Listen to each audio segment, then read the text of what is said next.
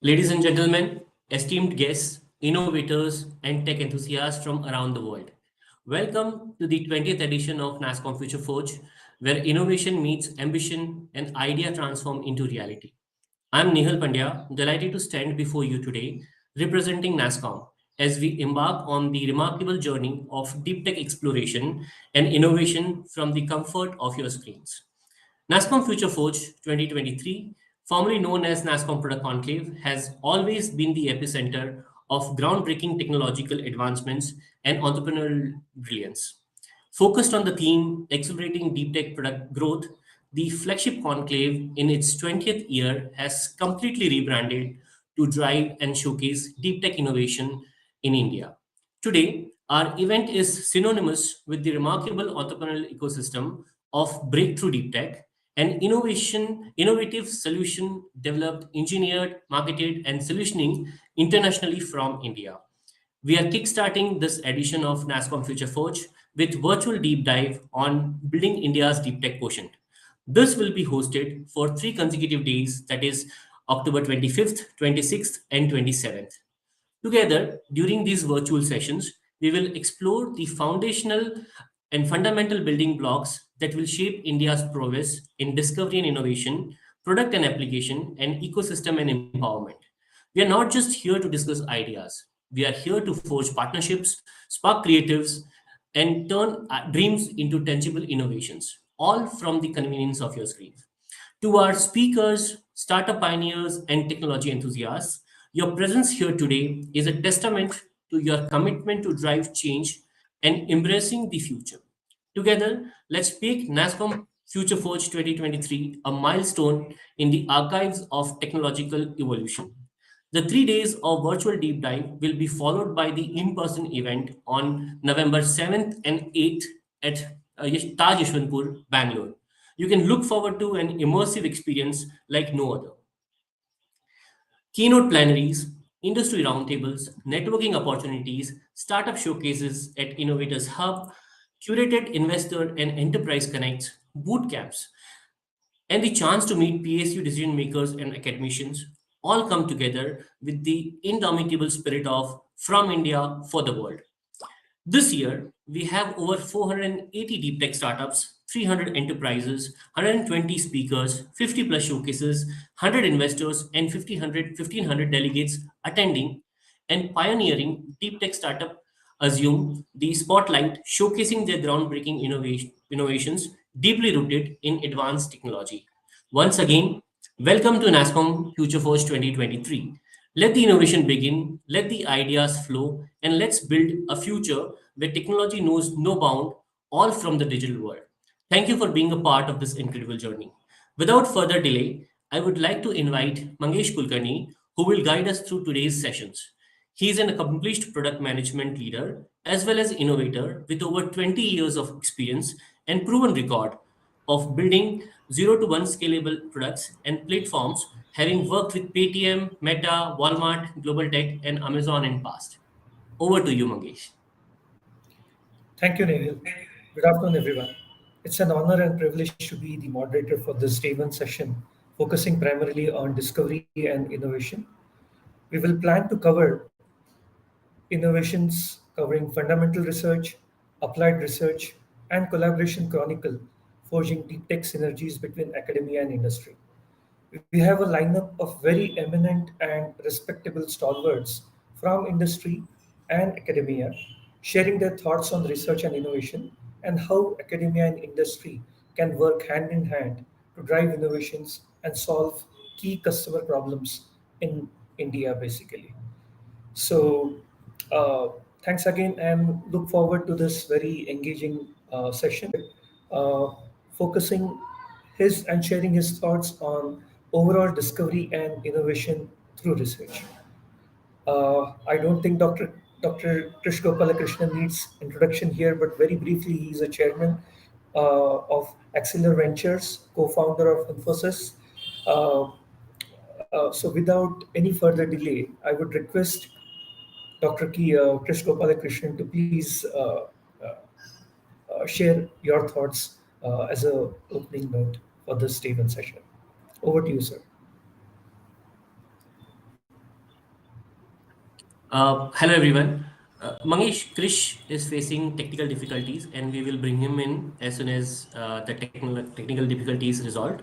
Uh, let's move on to the next session, and we will bring him next. Okay, sounds good. All right. So our next speaker will be Professor V. Ramagopal Rao. Professor Ramagopal Rao is Group Vice Chancellor of BITS Pilani and BITS institutes basically across locations. And Professor will be sharing his thoughts on innovators of tomorrow, cultivating a culture of entrepreneurship in academia. Over to you, Professor. Look forward to hear your thoughts. Welcome. Thank you. Thank you very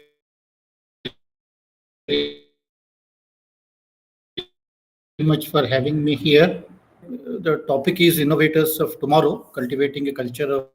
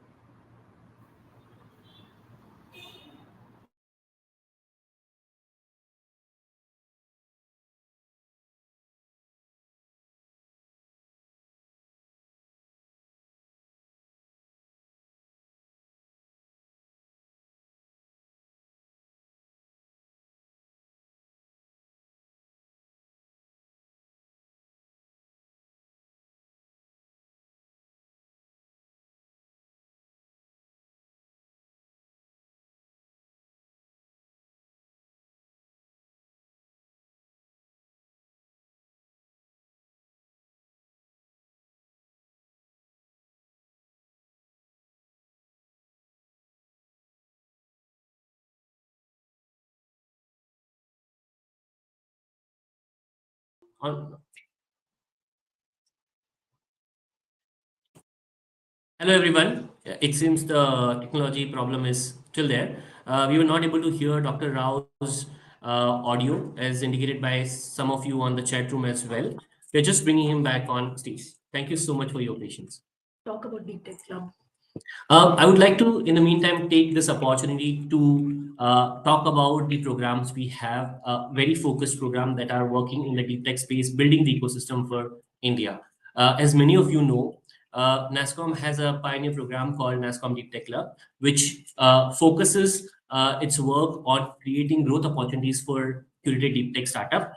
It also works towards bringing. We have Professor Rama Gopal Rao here. Professor, over to you. something seems to have happened. So, I mean, I do a repeat again whatever I was saying. Hello. Okay. Can you hear? Can you hear me? Can you see me now? Is it okay? Hello. Okay. So I think if it is fine, then I will start. I'm sorry. I don't know what happened, but so let me start from the beginning again. The topic of the discussion is innovators of tomorrow, cultivating a culture of entrepreneurship in academia. And I think this is all about the deep tech innovation and things like that. And if you look at the Indian academia, particularly the higher educational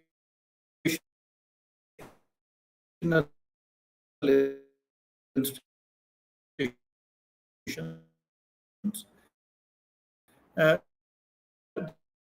there are three aspects to any higher educational institution. One is education, of course, which is disseminating the knowledge which is available. This knowledge is generated over the years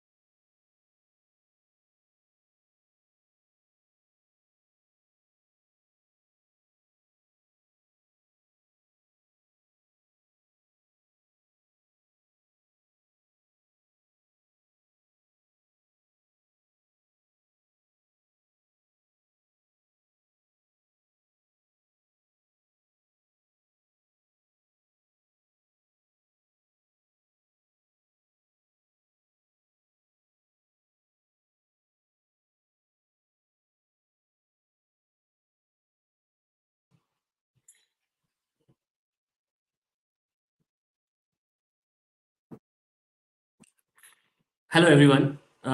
It seems Dr. Ramgopal Rao is also facing the bandwidth issue. While we bring him back on stage, I would like to continue talking about the Deep Tech Club program that has been pioneered in the space of deep tech and enabling deep tech startups from India. As I mentioned earlier, while this program does focuses on growth opportunities for Indian deep tech companies, it also focuses on building India's deep tech quotient through enabling the whole ecosystem. When I speak about that, I'm talking about stakeholders that includes not just deep tech startups, but the support infrastructure that includes investors, enterprises, academia, government, everyone who can create that cohesive support system for our startups to thrive. We work very cohesively with all of them. Some of you who were part of the Deep Tech Confluence have seen it firsthand when this took place in July, on July 28th this year.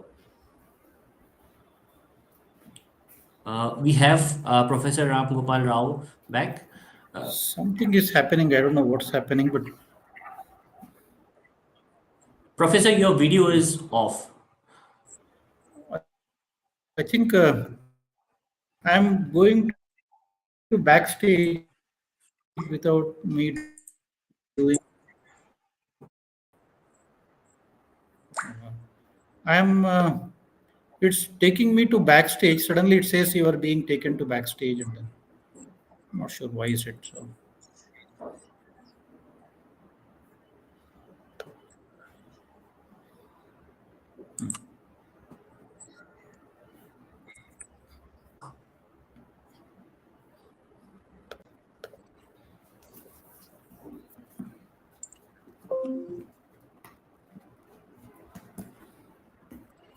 You can't see my video still, right?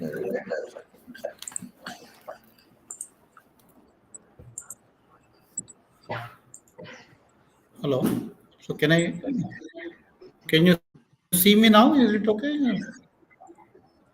We can hear you, Professor Rao, but your video is not visible.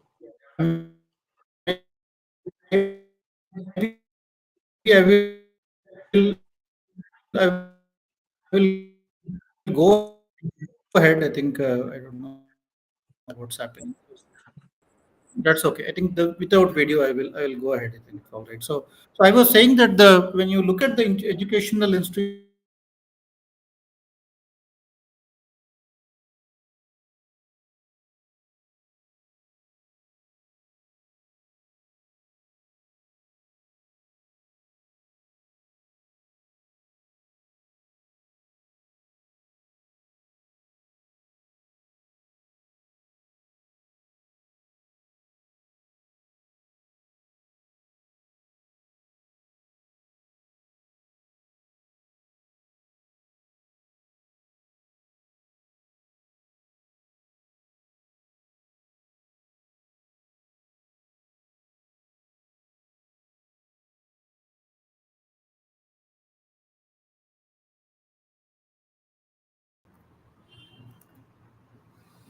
Uh, Apologies, everyone. Actually, due to some technical difficulties and bandwidth constraint, Professor Rao has not been able to connect. So, in the meantime, Professor Dr. Krish Gopalakrishnan is available actually, and we would like to request him to share his opening note on overall discovery and innovation through research, basically. Over to you, Dr. Krish Gopalakrishnan. Look forward to your opening note. Thank you, Mahesh, and let me also apologize to everyone. We have, you know, joined using a low bandwidth connection, and unfortunately, because of that, I think that we are constrained. Anyway, I hope you can see and hear me at this point. Uh, so the topic is about innovation and R&D in India. And to me, this is appropriate time. This is the right time for us to discuss this on a forum like Nasscom. I have been working towards increasing the pipeline of deep tech programs that come uh, from the R&D infrastructure that exists in the country. And for India to become a developed country, we definitely need a pipeline of research that converts to deep tech startups. If you look at US in the last century, the 20th century, the second half especially, the impact of R&D research on economic growth has been significant. At the beginning of the 20th century, US was 1.9% of global GDP, and at the end of the 20th century, US became 19% of the global GDP. And this has been on top of the innovations that came from transistor to digital computer to operating systems that moved to industry, and then a series of uh, software companies that came out of academic institutions, uh, including the likes of Google, Facebook, and so on. And the recent one, which is OpenAI, though did not come from academic research, a lot of the work has been done in research in industry.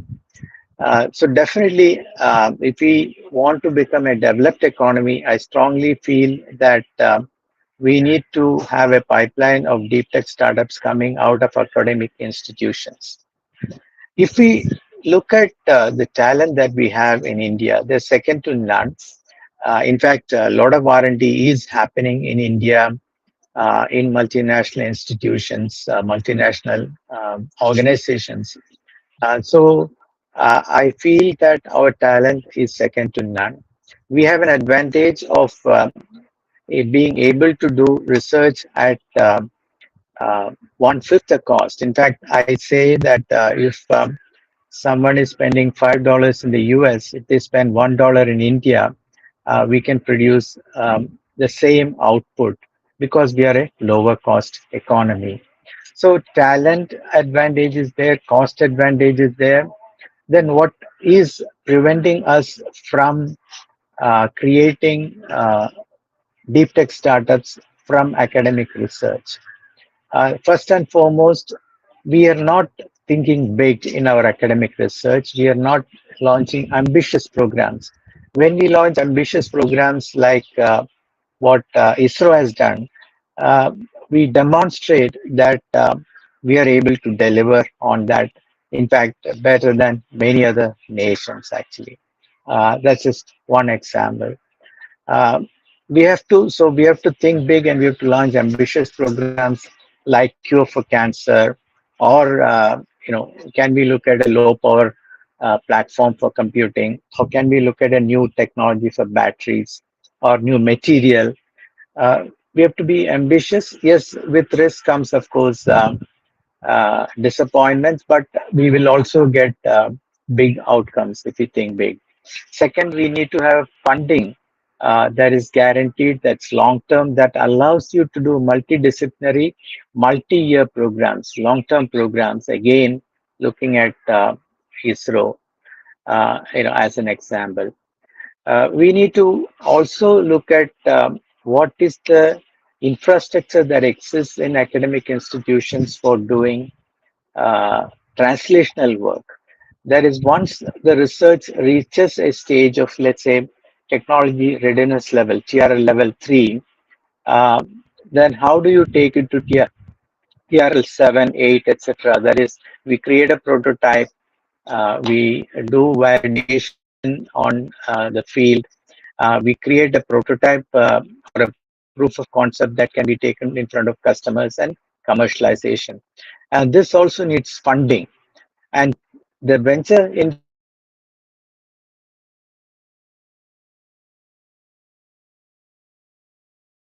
is also of the research because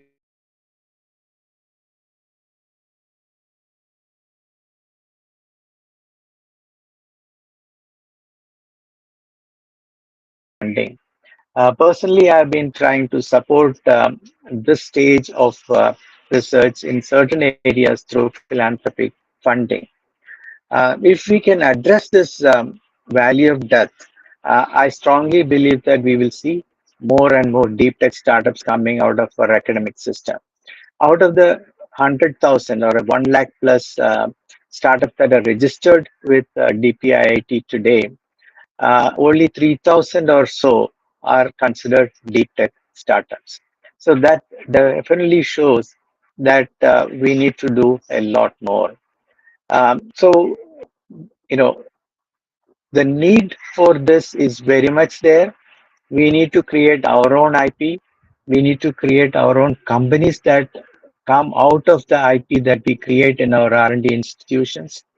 The talent is available.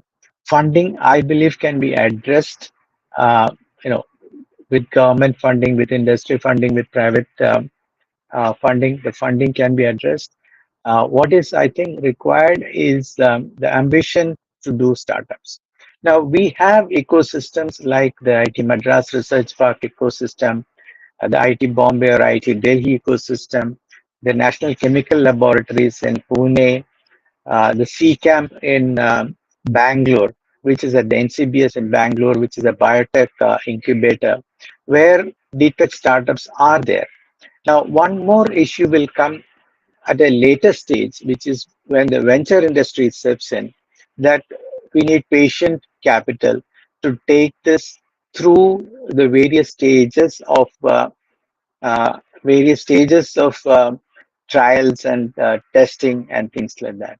If we are able to get to that stage with enough number of instances or enough number of startups, I strongly believe that we would be on our way to create deep tech startup ecosystem, deep tech companies out of India, products and technologies that emerge out of India. India has been very strong on the application side. In fact, that may also be causing a problem, a challenge, because that's taking away all the talent that's necessary. And the venture industry is also happy because they get their returns much faster. If we put our minds together, if we put our efforts together, if we work together in on platforms like Nasscom, along with academic and research institutions, I strongly believe that we can indeed create a strong, vibrant um, technology product infrastructure ecosystem in India backed by academic research. Thank you, everyone.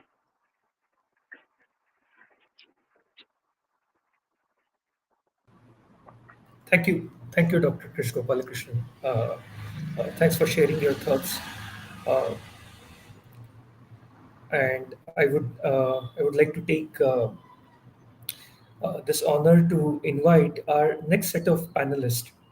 And uh, the topic which we will be covering is going to be collaborative consortia driving industry academia research through global collaboration in research. To discuss this, I would like to invite Manish Gupta, who is the principal applied researcher at Microsoft, and Professor Prashanta Kumar Ghosh, who is the assistant professor with Department of Electrical Engineering at IISc. Right. Uh, Honored to have you, both of you here actually, and look forward to the engaging discussion and your thoughts, Manish and Prashanta, on this topic actually, because academia and industry collaboration is very, very vital for India's deep tech startup community, and how industry and academia can work hand in hand to drive some innovations and solve some very key customer problems in India's deep tech space. So over to both of you guys. Thanks so much, Mangesh, for the kind introduction, as well as thanks a lot to Nasscom for inviting us for this panel. Um, as Mangesh mentioned, I work as a principal applied scientist here at Microsoft. I've been doing that for the past 10 years now. Um, and I've also been, in fact, an adjunct faculty at IIIT Hyderabad and a visiting faculty at ISB. So in some ways, I sort of really live by the industry academic connect theme. Um, in the past, in the past 3 years, we at Microsoft have been doing a program which we call as Microsoft Academic Partnership Grant Program. The plan is to, under this program, we actually fund collaborative projects. So we fund about rupees 15 lakhs per project, where, academia sort of, various folks from academia submit proposals, and we sort of fund these projects.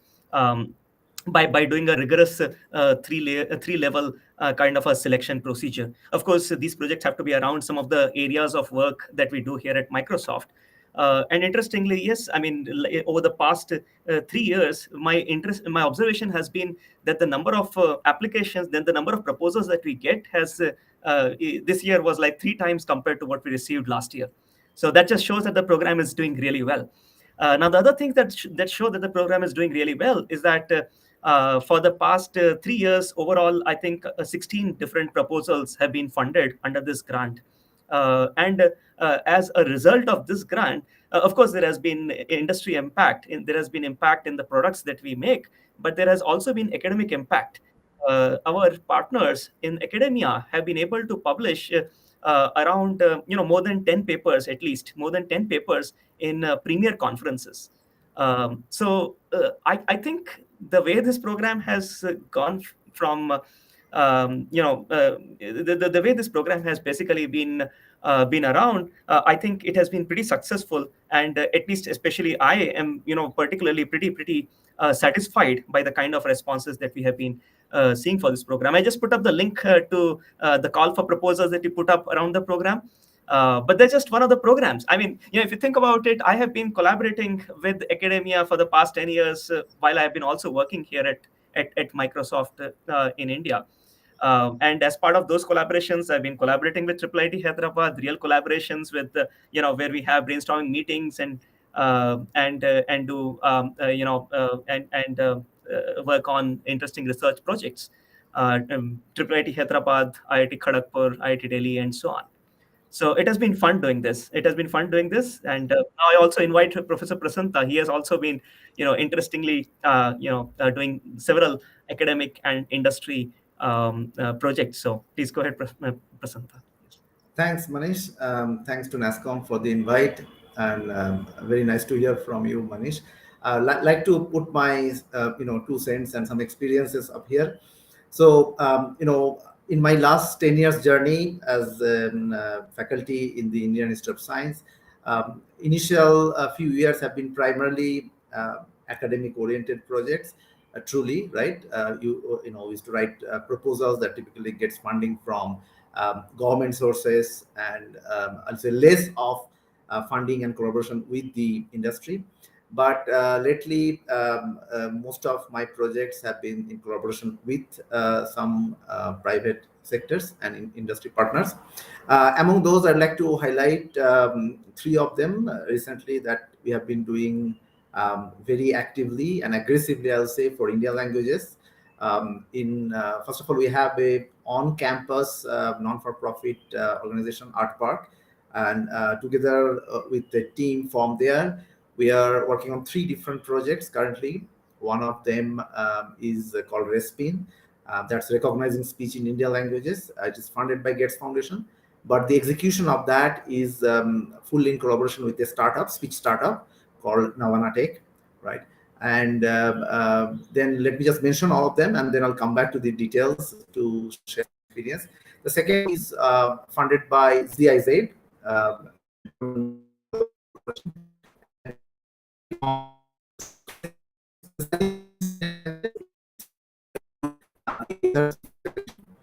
And finally, the third one, synthesizing speech in Indian languages. It's exactly opposite to the ASR speech recognition. And the third one is Project Vani, which is funded by Google, the language landscape of India. Primarily, as you see, all these projects are with a target to create resources and models to enable speech ecosystem in the country to really improve and create applications in languages which could not have been done before. Think of a way where somebody could create or develop an application for local people in Halbi. It's a language probably many of you haven't heard. I also didn't know before I did this project. And I found that there are across India, as you know, there are so many languages, but at the same time you will see that the languages actually is continuous. So it's not that one district speak one language. So how do we even record or sample from this language landscape is an important factor. So that's about the project. But coming to more into the interaction with the industry and what really benefit it gets for the project. So what I find as a contrast, as I said, for the first few years, I had mostly the academic oriented project, is that there is a very specific target and timeline that you work with, right? Although we keep it for academic projects too, but that's very flexible. But here we have a very time target. And what happens as a result of that, of course, we do innovation, but we, at the back of our mind, we always have something to achieve in a reasonable time, right? Of course, you can say as a PhD student, when a PhD student really target for a 5-year journey, of course, at the back of the mind, you know that there's a target. But again, things get delayed, as you know. But what happens through daily interaction, and that's also another important factor, this message come back again and again that there is a target to achieve in a reasonable time. That's one. The other key benefit that I see by interacting with the industry in all these 3 projects is the nature of execution, right? So the nature of execution is need not be only open-ended research, but it's a research that we think useful at the end, right? So keep that component in mind. It's not just we just get yet another result, but is it the result, or is it the next result to really make an impact on the society or whatever the target application is, right? So that's the second point. And the third point, I think what happens is when we collaborate with the industry people and collaborators, they come from a different mindset, right? So the discussion gets a different kind of ingestion of ideas, which is not just from academic pool. I think these 3 factors really make the project development balanced and really towards the target that it wants to achieve. I see that Professor Ramesh has joined. Yeah. I'll request. Yeah. Thank you, Manish and Prashant. I totally I can correlate with what you guys have been sharing. Actually, in my earlier roles, I have been very closely engaged with industry and academia partnership as well. And some of these things which Professor Prashanta, which you have mentioned about identifying a very specific problem and then trying to solve that problem from an industry perspective and bringing in the innovation aspect also helps actually. Uh, I would also like to bring in and introduce Professor Ramesh Loganathan. Uh, we could not have him earlier actually because of some difficulties. But very quick introduction about Professor Ramesh Loganathan. He's a professor of practice, co-innovations based out of or with Triple IT Hyderabad. Professor would love to hear your thoughts as well on this particular topic where we are driving academia and industry research through global partnership in research, basically. So feel free to share your thoughts. Thank you so much, and pleasure to be here. I'll just keep it short. I know we don't have a whole lot of time. So IIIT is a research university. Most research institutions are postgraduate institutions. We have very unique undergraduate research program, and so we are organized as research centers. We have 22 research centers, and we also have 5 translation centers. There's a lot of focus on creating solutions from research, and which is the hard part. I mean, research is hard, but I believe translation is much harder, especially for an academic institution to do it. It's much harder. But then that's where the research is happening, and so translation starts from academic institution at some level. And so I think if you look at what makes it hard, right? I mean, like the benefits are clear. See, like if you want to do something that is based on latest body of work in research, you have to work with research institutions, research groups for it to happen, because left to itself organically, for some knowledge in research to make it, for that knowledge to kind of find its way to the mainstream industry, depends, may take few years, may take several years sometimes, right? Before it kind of becomes frameworks and APIs and libraries and such, before industry could use it. And so if you need it in the meantime, it will happen only well by working jointly with research, right? Some of those things. So it's a way to shorten or accelerate that whole process. And in some cases, it's not even known what research is doing. I mean, these two worlds don't. I moved from industry to academics, so I kind of understand both worlds very well.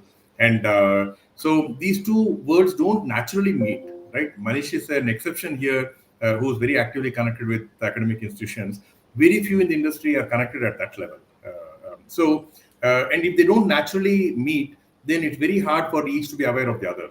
Academic doesn't know the problems industry is looking at. Industry doesn't know what academics is working on. So they kind of they don't intersect at all, and which means opportunity is lost for some knowledge to address something that industry is working on, or even for finding creating new solutions and products based on research. There's an opportunity lost. So these have to collaborate, and like I said, this is much easier said than done. Not that industry does not want to collaborate with academia, or academia does not want to work with industry. That's not the issue at all. Issue is just the avenues for this conversations itself are very minimal, right? It's not easy. Like Manish is able to work with academia because he's very interested and takes effort, right, to work with us. But we are very welcoming of anybody from the industry. But I don't think anybody would know how to come and talk to us even. Likewise, I'm sure industry may be welcoming of academic participation, but they may not know how to do it also. So our experience has been like we have to create those structures in the middle. If you don't create those structures in the middle, this collaboration never happens. And that facilitating structures is what is required for effective industry academia collaboration. So we have 5 research translation centers. There's one that is looking at, of course, we look at our incubator also as a research translation center. Right? We are one of the largest university incubators in the country. We helped start T-Hub, which is now the largest incubator in the country. And we have about 140, 150 startups in our incubator. And we are one of the oldest as well. And so our ideal startup is a startup that can work with research. So that's one way, like a passive industry academia collaboration happens. Then we have product lab to create products and startups from research. Now, the only way such thing can happen is when a faculty or a research student creates a startup from research. And that doesn't happen. It happens very rarely. So we have a product lab, which is an engineering group on campus that creates products from research. And then we have an applied AI center that looks at solutions, incremental research for mobility and healthcare, 2 domains we specifically target. We have a center that works with NGOs to create solutions for NGOs, from research, technology solutions for NGOs. And then we have a smart city living lab. Our whole campus is a live lab for smart city innovations. Now, so these structures, and not that, I mean, we're trying very hard. Like I said, I keep telling often, we're probably one of the most active in trying to do these things. And we still don't know how it works. We only know things that don't work. Some things work, many don't work. But we don't shy away from trying. And these are some of the things we're doing. So I'll pause here. But in short, we need those structures in the middle for effective industry academia collaboration. And likewise, while on the academic side, we'll create those structures. Industry also needs to create those facilitating structures, which not many have. It needs to have kind of. So these are required for more effective and increased industry academia collaboration. Absolutely, Professor Ramesh. I think, I was actually about to tell that, yes, on industry side, the MAPG program that we have been running is one of those structures. But totally agreed. I mean, I think more of these structures being created on the industry side will help. And I think, I would just like to sort of add why these kinds of things are super important.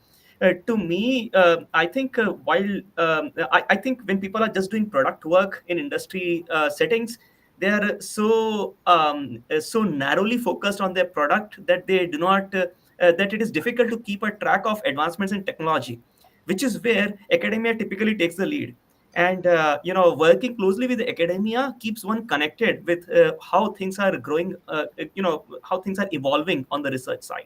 Right? So that is why essentially I'm super motivated to work with academia, just because it sort of keeps me motivated.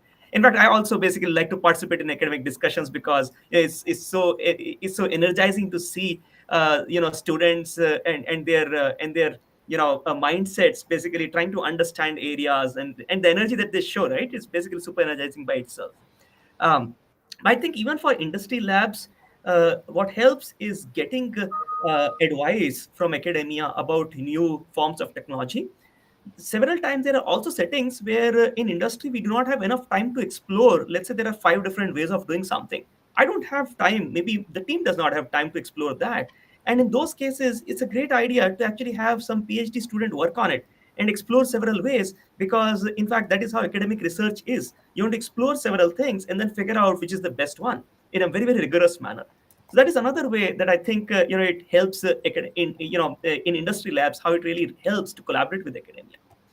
On the other hand, from an academic perspective, if I think about it, I think Professor Prasantha also mentioned, it brings in real challenges, real problems, rather than problems that can be imagined in that senses. So because industry problems are real problems that you face day in, day out, and putting those problems essentially also gives students and collaborators a good handle as to how they are making an impact by directly connecting the impact of their academic research with real users. Right?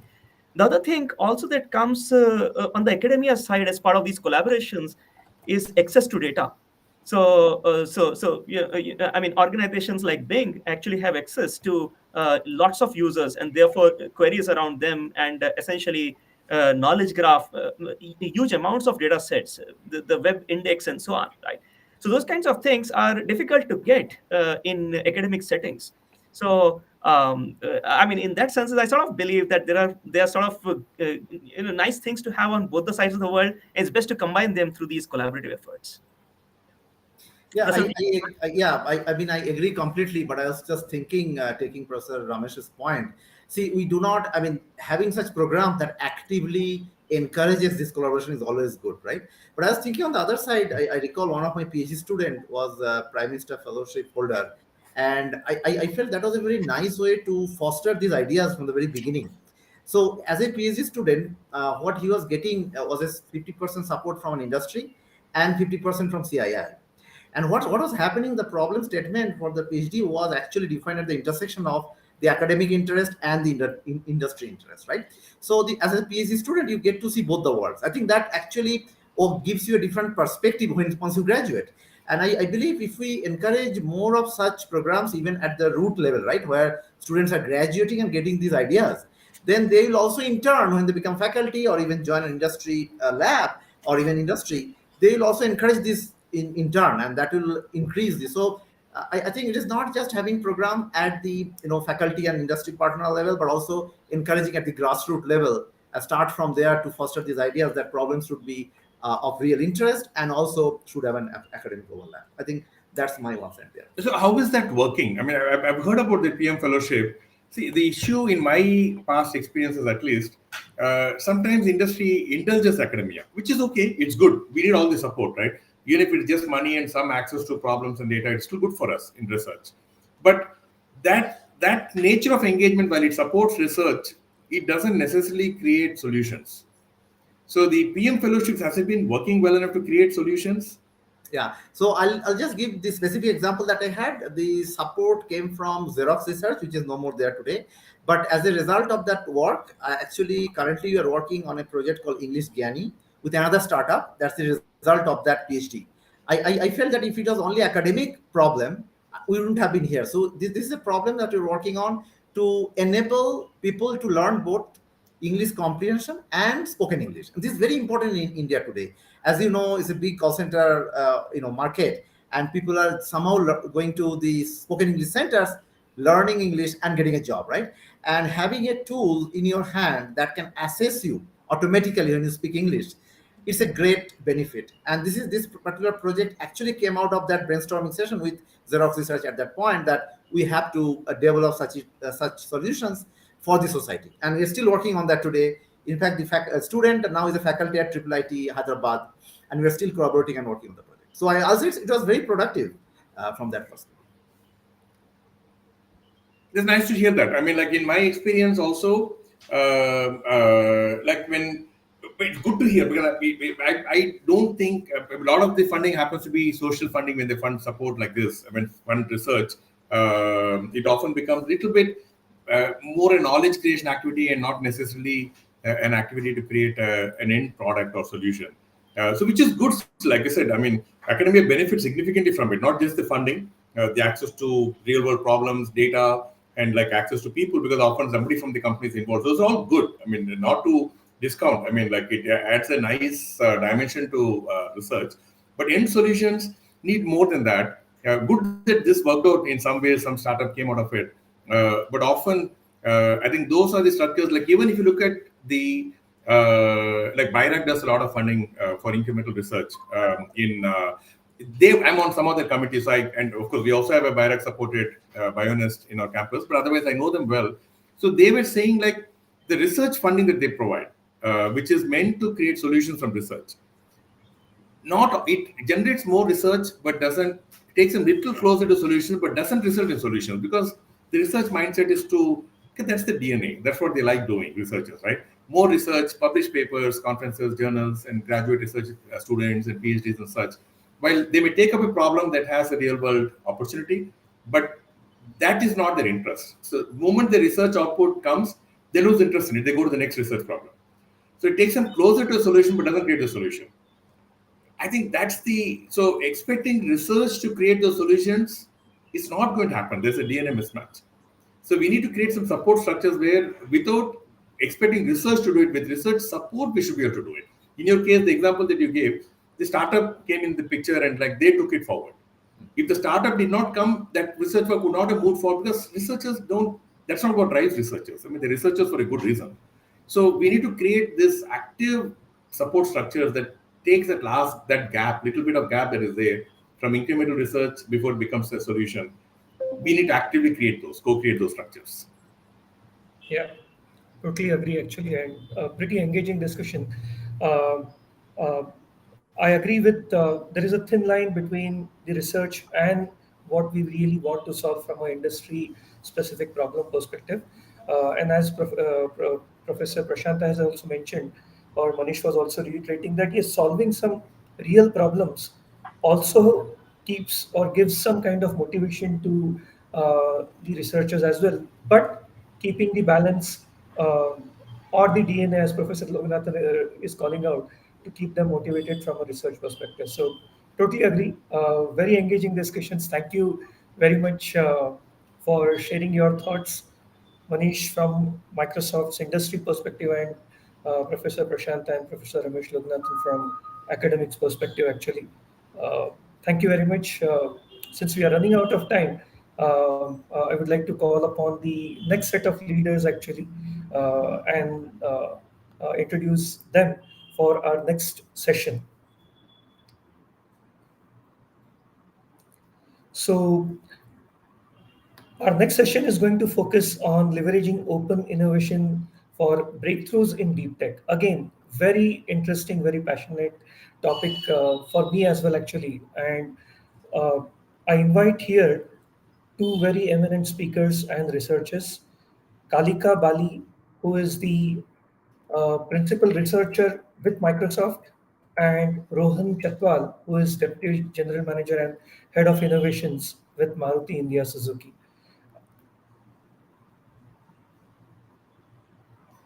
Welcome, Kalika. Good to have Hello. you.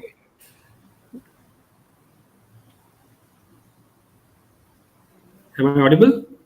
Yeah, yeah. Nice to Great, have great. you, Rohan, as well, actually. Yeah. And Thank you. look forward to hear your thoughts on open innovations for breakthroughs in deep tech. Kalika, I did see You have been working with Microsoft for a pretty long time. Actually, would love to hear the kind of work you have been doing actually, and how, and your thoughts on this specific topic, and Rohan as well actually. So over to you guys. Great. Thank you so Thank you. much.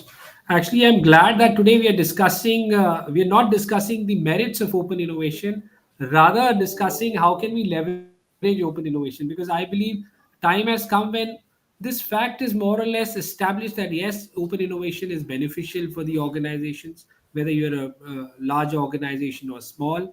And it gives me an amazing opportunity to ask Kalki my first question, that how your organization, especially Microsoft, how do you leverage open innovation to channelize your commitments to your clients and take this forward? So my name's Kalika. It's pronounced Yeah, as Kalki. Kalika, and Sorry. yeah. So I actually have worked mainly in Microsoft research, but have been have closely observed how Microsoft went from um, changed its journey towards open innovation, a decade or so ago. Um, and there are lots of ways in which Microsoft as a company, as well as we in MSR, leverage and support open innovation. So, if you look, a lot of the tools, etc., that we work on, many of the platforms are put out in open. Um, a lot of our incubations are spun out as open innovation. So for example, we had a lot of work being done in the agricultural field. A lot of it has been put out, and there is a reason why this is done. So for if you put out an open platform in Microsoft, you allow others to build on top of it, right? So the ecosystem benefits, and as the ecosystem benefits, your company benefits as well. So you have clients, you have your partners, you have other SMEs who are kind of part of that ecosystem, and everybody can build on top of it. And one example that I could give for this is how everybody knows about Microsoft's relationship with OpenAI, right? And Yeah. that's definitely one part of the story. But many people might not know that Microsoft Azure actually supports Llama, you know, and other models as well, um, in their ML platform, so that people who want to fine tune and build on top of these open models are also getting the same benefits of Azure, the cloud services, and security and privacy, etc., of being supported by Azure. Yeah. No, I keep on hearing a lot of good stuff about Microsoft's offerings to startups and the kind of support which you have extended to promote the startup ecosystem and the startup culture. And startups have only good things to talk about Microsoft. I mean, in my 4 years of association with this ecosystem. But coming to very interesting, but coming to the point that we today talk about to understand from you, you can only have a breakthrough solution if you are able to identify a bigger problem. Yeah. Because we as professionals, I mean, irrespective of the hierarchies, there are plethora of problems in front of us. So is there any specific model which you have, which Microsoft has? How do you identify big enough problems so that the impact is manifold once it is solved? I don't think there is like a set model for choosing problems. But one thing definitely, like, there are a whole lot of things that you have to keep in mind when you're choosing a problem that's big enough, right? And like you said, there are a plethora of big problems. So one definitely is how much of a change it's going to make to the users if you solve that problem. Like, who all are going to be impacted, how many people are going to really have a change in their work life or um, personal life if you solve that problem, right? And I think that is a very good mm, kind of a north star to look at when you're trying to choose your problems, right? Another thing, of course, has to do with business models. What is going to be the business model that's going to make your uh, mm, solution profitable enough for you to sustain it, to for you to support it, right? And the third is, of course, like there are problems that align with what you're doing in what you do as a company, and there are problems that do not align with what you do as a company. So that's another guiding strategy. Now, for example, of course, a cure for cancer, a vaccine for cancer would be fantastic. It'll solve, it's a big problem to solve. It'll change a lot of things in our lives around us. But, you know, um, is Microsoft the right place to solve that problem? Probably not. So I think these three things I would say would be useful to think of if you're looking at these problems. I think we lost Rohan, right? Yeah, we lost Rohan actually. We are trying to bring him up as well actually. But yeah, getting back to Rohan's earlier question, uh, Microsoft is a absolutely platform company, right? It builds platform so that the ecosystem benefits out of it. And if we look into past 3 decades of experience actually, where we had PC desktop era, then we had internet web, and then mobile cloud, and now the whole new innovations which are happening in AI space, basically, right? Yeah. With natural language processing and the whole reasoning engine which Microsoft Yeah. is building through. Amazing work, actually, and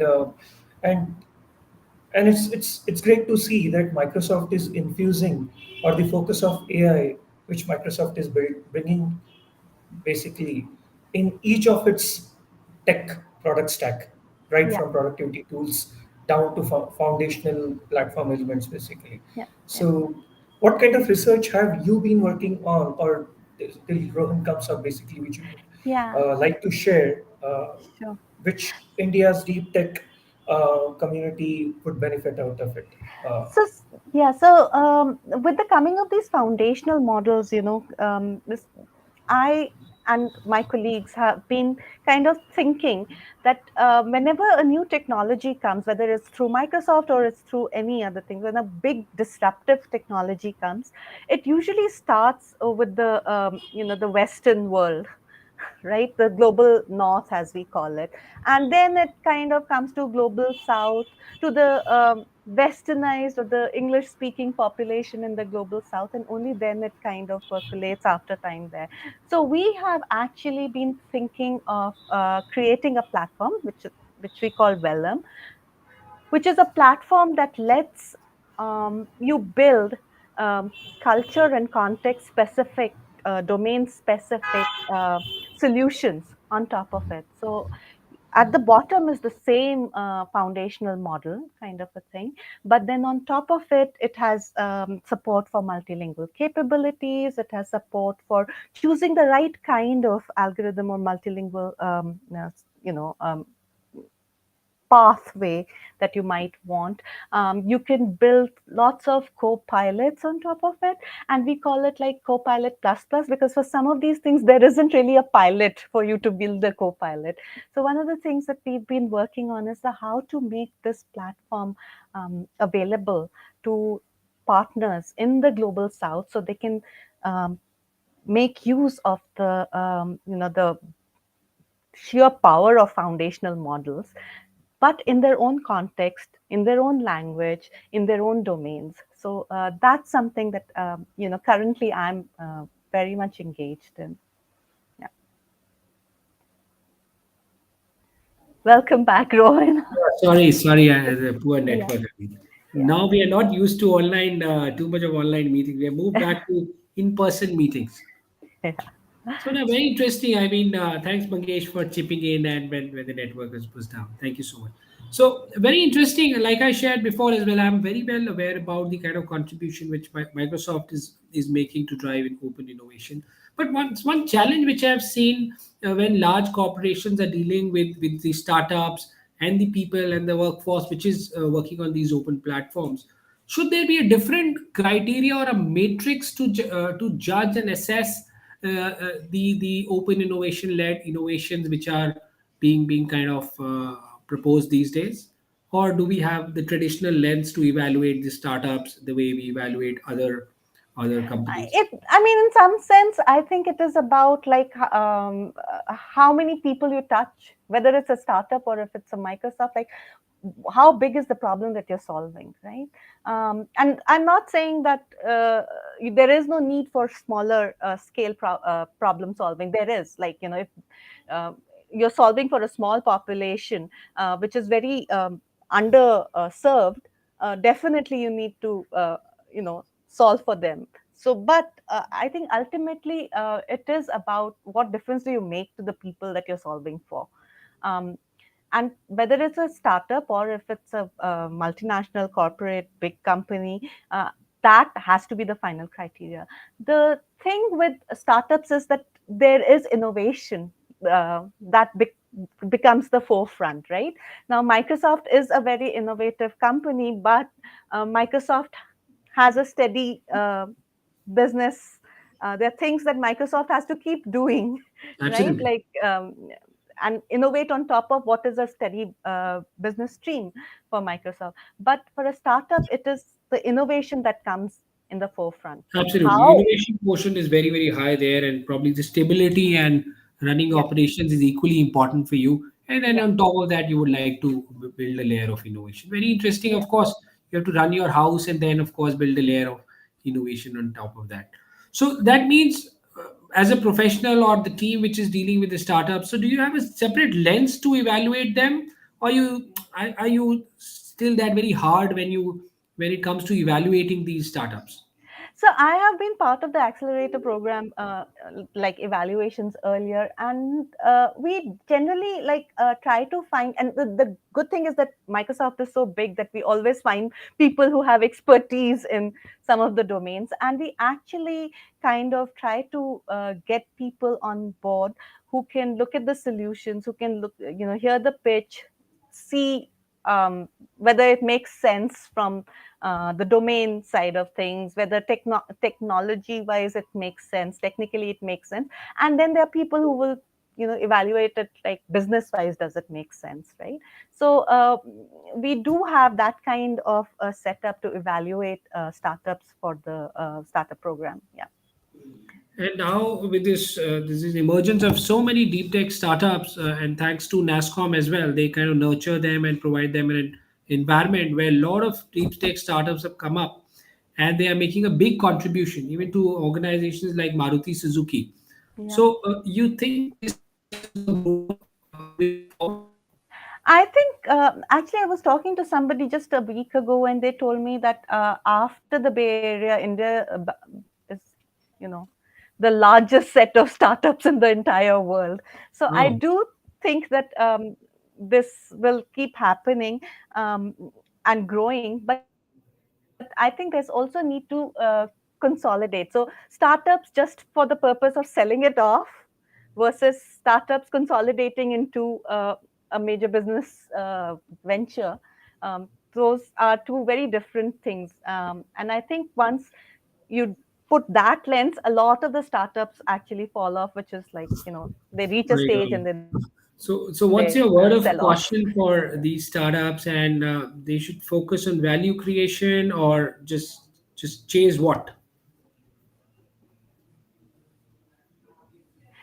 uh, Discrimination and how are they different, because right now, like if I look at NLP space, right, like the language That's too technology space, crowded. or even the agriculture space, everybody has the same thing. I don't know if we have time, but I'll very very quickly tell you about this incident that happened. I was in a Gates Foundation and GIZ funded event where they were a lot of people were pitching for agricultural tech program, uh, and everybody more or less, had this view of information, providing information to the farmers. And they had some actual women farmers come in, and we were interacting. And I was talking to them, and one of them said, Didi, why does everyone think we don't have information?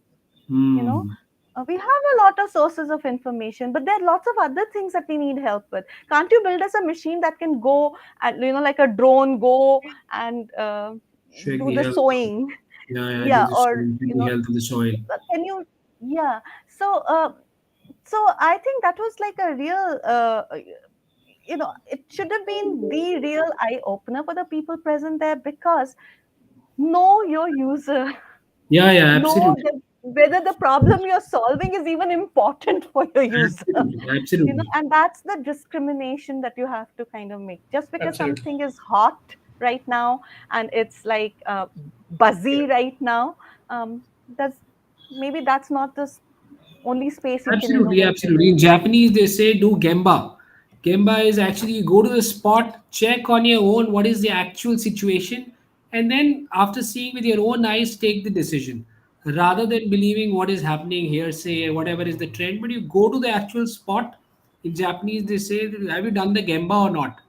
That means Yeah, whether you have actually gone in the market or the client or a customer and saw yourself what is the situation, and then yeah, take a decision. yeah, Precisely, Yeah. yes. There's a lot of this space is also very crowded.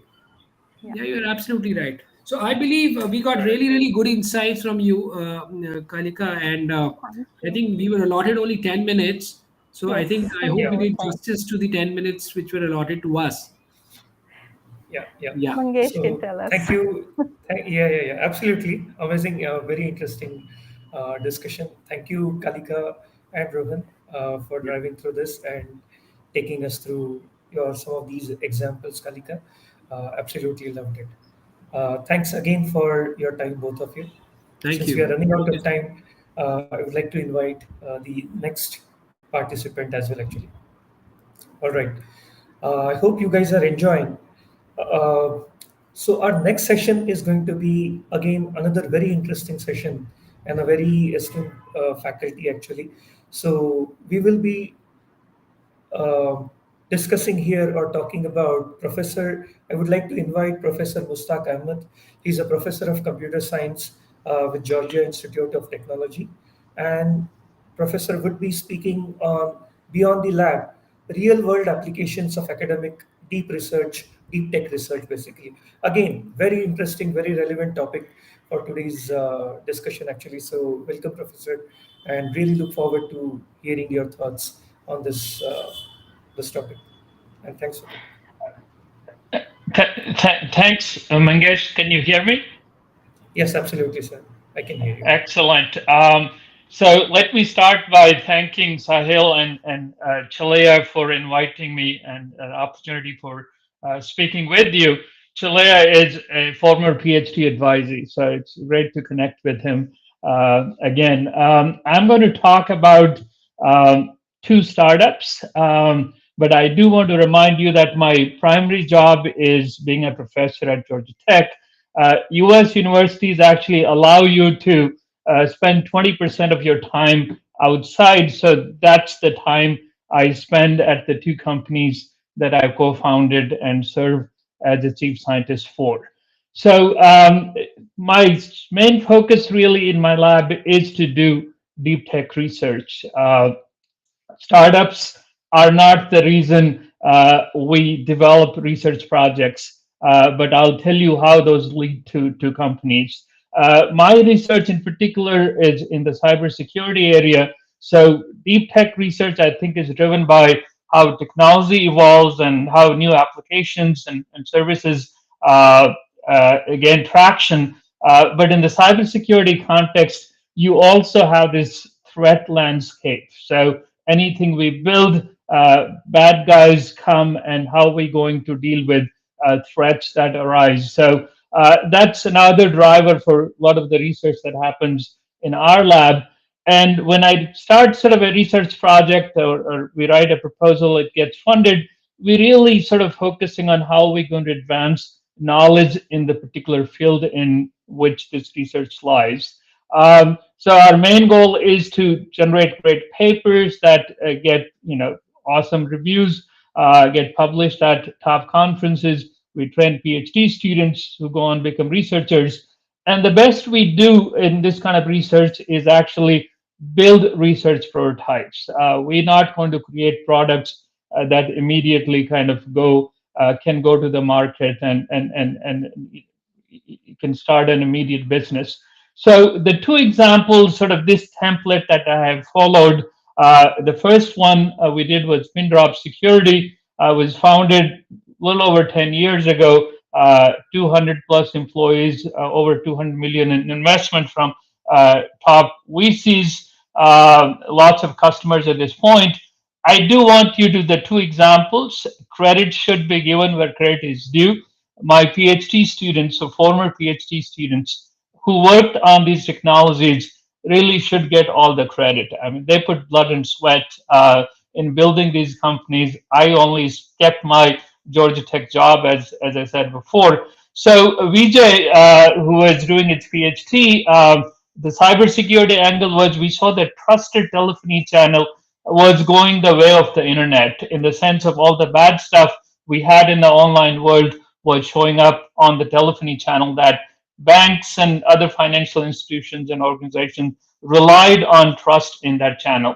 So Vijay's idea was, well, if caller ID can be spoofed, now with generative AI, if synthetic voice can sound just like you, how are we going to know who's at the other end of the call when, let's say, they call the call center of a bank? So his problem was, can I learn, take the audio signal that's coming to me anyway and apply some machine learning signal processing techniques to actually know something about the provenance of this call. Is it a fraudster, or is it really the customer that who wants to reach you? And that's what he built, a prototype. It was a great paper that he wrote, which appeared at the top security conference, ACMCCS. That was the main idea. And then it sort of transitioned into a startup because someone from a major bank said, hey, that sounds interesting. Do you have a solution for me where my call center actually can learn if a call is legit or not? So that's how we got started, and Vijay has built this company over the last 10 years. Something like that actually repeated. And the second company that we launched, co-founded another PhD student, Mushir. It's about 6 years old now. Again, it has dozens of customers where we really taken the research and proven its value in the real world. And the technology he was working on was, again, machine learning. And in cybersecurity, we focus a lot on anomaly detection. And at the time, we knew a lot about doing anomaly detection for network traffic. And he said, well, there's all kind of data in other domains. In particular, you have data in the healthcare domain. And healthcare fraud, waste, abuse in the US is in hundreds of billions of dollars. They relied on rule-based systems that were slow to respond. And a cybersecurity person would tell you that rule-based systems don't really work very well. That's why antivirus doesn't, signature-based antivirus doesn't work too well. So he was actually, that's the new domain he looked into and developed techniques to kind of risk score transactions that would look potentially suspicious and need to be investigated. And that's how he built a research prototype, which then led to this company that he's leading now. Again, I would give 90% of the credit for building these companies to these co-founders who are the PhD students. So in terms of some takeaways based on my experiences, that at least in my lab and my colleagues around the hall, we focus on the deep tech. Obviously having impact beyond people like you in the research community in the real world is a great thing to have. But our research is somewhat forward looking, and hopefully we advancing the field in some way. That's the primary focus. I do want to share with you that it's the academic research community I live in is really not great at helping you figure out something that you have done has commercialization potential or not. Just to give an example, the pin drop uh, paper that we wrote in 2011 last year got 2 years ago got the test of time award from these are they wait 10 years before they decide if a certain paper is worthy of this test of time award. But at the time the paper was accepted and published, multiple reviewers had a great idea, but this has no practical value. Okay, these were sort of my peers, colleagues, and things like that. So that's not what we really. I think many of us are good at. Some obviously are. Um, the two examples that I give, my experience is that the university you are in and its startup ecosystem is really instrumental in getting you to launch a deep tech startup. You create intellectual property, patents have to be filed, the technology then has to be licensed to the company. It has to be licensed exclusively because that's what investors want. And then a lot of other support connecting you to sort of the business side of building a company. Georgia Tech does a really great thing. Last thing I like to finish with is that founder CEOs Vijay and Mushir are still CEOs of the companies. Vijay 11, 12 years now. They have really that's worked well for us because the deep tech is all about innovation. It's not a one shot thing. You constantly have to innovate, and they know the technology the best. Both Padoxo and Pindrop have research team with dozens of PhDs, and Vijay and Mushir exactly know why they need to invest in that kind of research to stay ahead of everybody else. So that's my experience. I'm going to stop here, and I don't know if you have any time for questions. I'm happy to take those.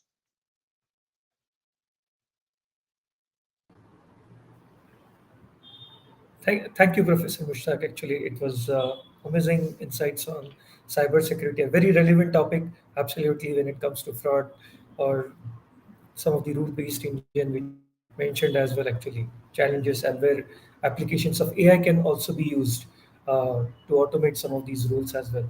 And a real example of something which came out of lab or from the college and grew up into a 200 plus organization. So pretty motivating and uh, interesting insights. Since we are running out of time, actually, I would like to thank you very much for taking time and participating and sharing your thoughts in this event. Um the next topic is another very interesting topic, actually, and we have a very eminent speaker with us who will be joining us. The topic is going to be improving deep tech research outcomes via access to global access, expert collaboration. And to share or to speak on this topic, we have Manish Gupta, who is the director with Google Research India. Uh, and Welcome, Manish. Hi, Mangesh. Thanks for having me. Am I audible? Hi. Are you able to hear Thanks me? for joining. Yes, yes, absolutely. Okay. So, will you advance my slides, or am I able to do that? I think you should be able to do that. I may not have control. Okay. Okay. I'll do Can that. you, if you are sharing your whole desktop, probably you should be able to do that. Yeah, Yeah. Okay. I can see Okay. that. Sounds good.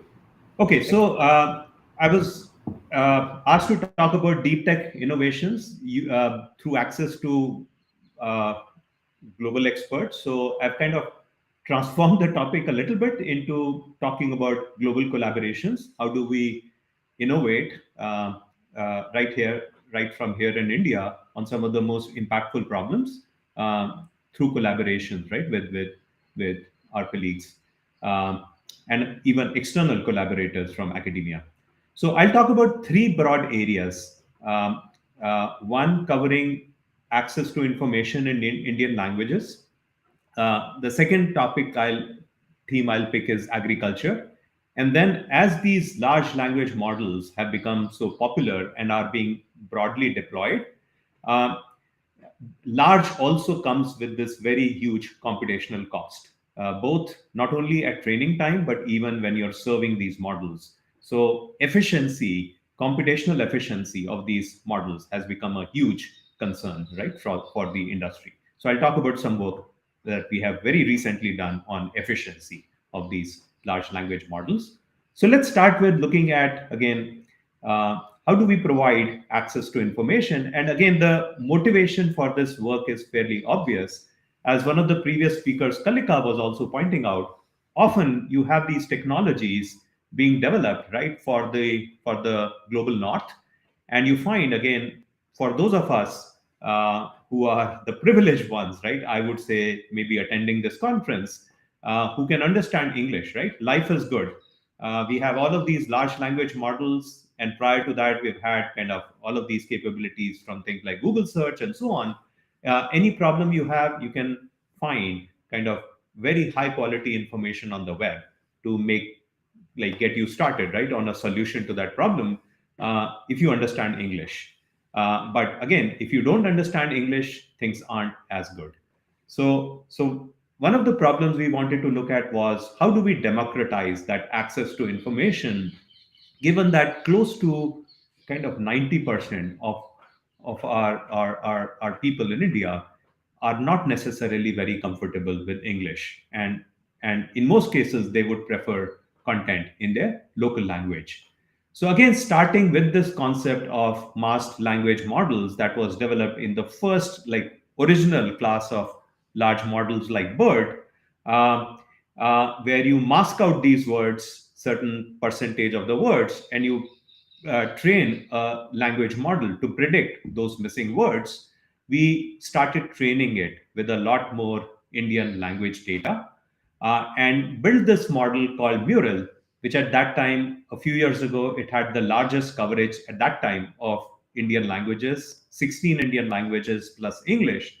And we found that, again, we were able to, on a whole range of natural language processing benchmarks, uh, ranging from named entity recognition to part of speech tagging to question answering, we were able to significantly improve the accuracy of this model, relative to the original model that would do very well on languages like English, but not so well on Indian languages. And in particular, very significant gains for transliterated text.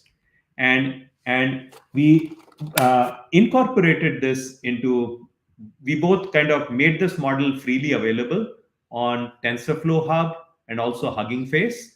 And we utilize this model in our own products like the Google Assistant, which supports 8 Indian languages in addition to English. And what I've shown here are examples that if you are, let's say, setting an alarm, there are so many different ways in which you could say, oh, set an alarm for whatever, for me at 4 o'clock or 6 o'clock and so on. And all of these different ways in which people might express in their native language, we were now able to understand the user intent, um, uh, as a result of this model. And then what we did was to kind of raise our ambitions further and said that initially, actually, I challenged the team, can you handle all 22 scheduled languages of India? And the team went further and said that, look, there are 60 languages in India that are spoken by over 1 million speakers. And there are 125 languages that are spoken by over 1 lakh speakers. So they took this attitude that if a language is spoken by at least 1 lakh speakers in India, we want that language understood and better represented in our model. So that led to this effort called Morni, which is an attempt to build the best multimodal representations for over 100 Indian languages.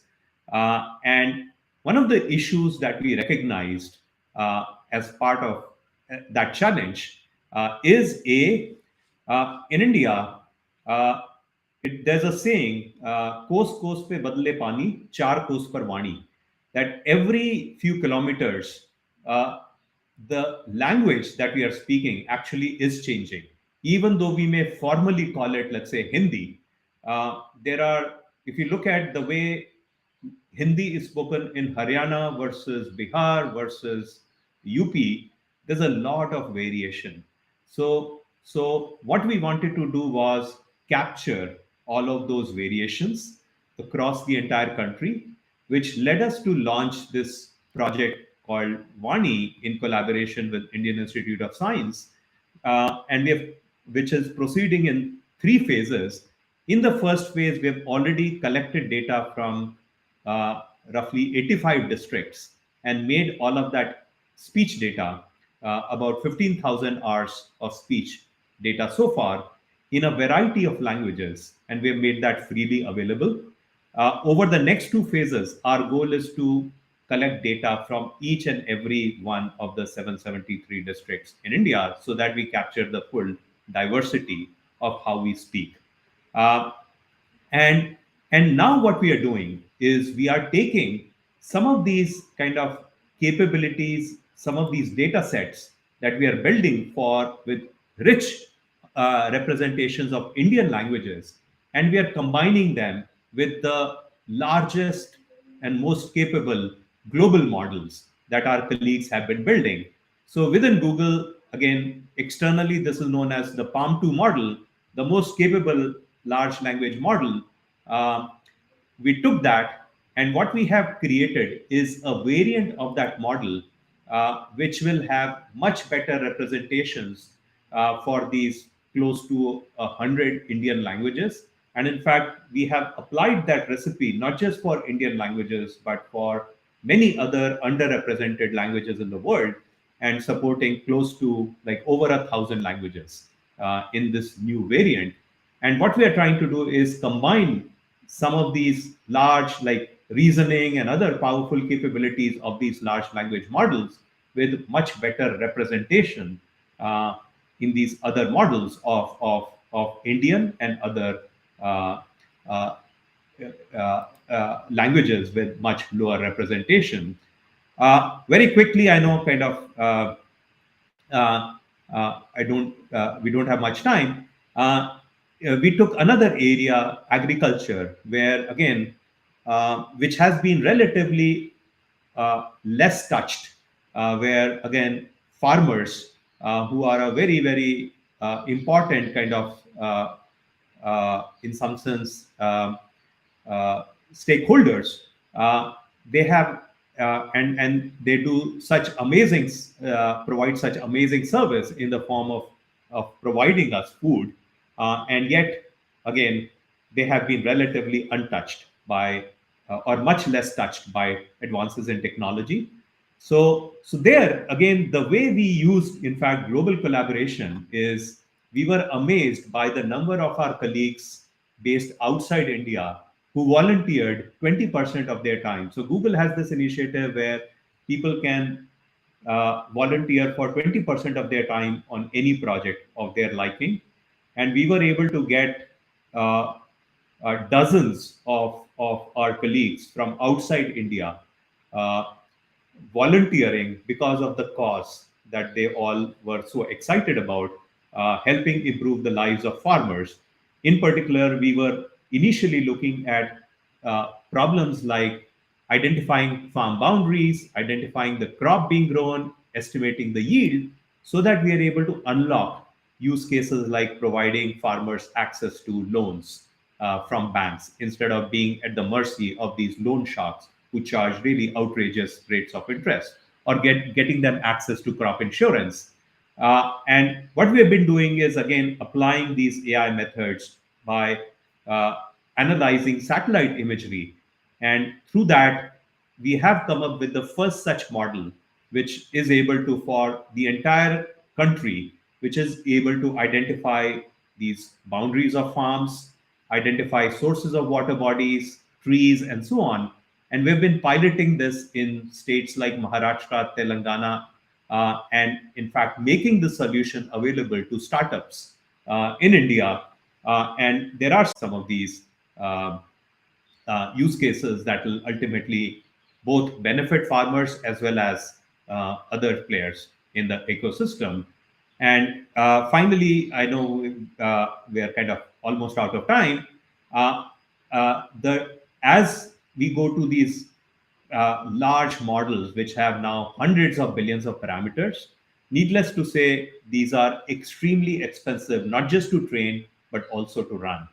And one of the things that you would have seen in many of these releases as that you'll see these discrete size models. Oh, there's a large model for, let's say, llama, and a medium sized model and a small sized model, and so on.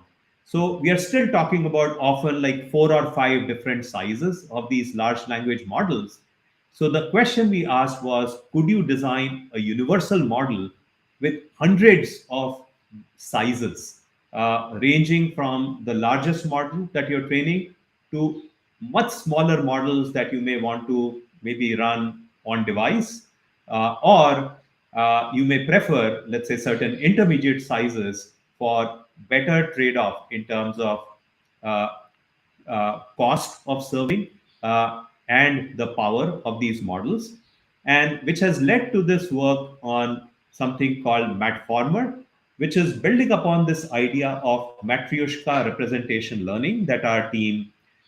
So this has been a global collaboration led by one of our researchers, Pratik Jain, with one of our student researchers who's at University of Washington, and with academic collaborators from University of Washington as well as a few other schools. And the idea there is to, instead of kind of this, so when you train, let's say, a model like this, think of this yellow colored model, which you might view it as the extra large size model. Can you again also, right at the same time, train a smaller model, the one in blue, which is large level, uh, one in, let's say, this orange, labeled medium, or the one in red, labeled small.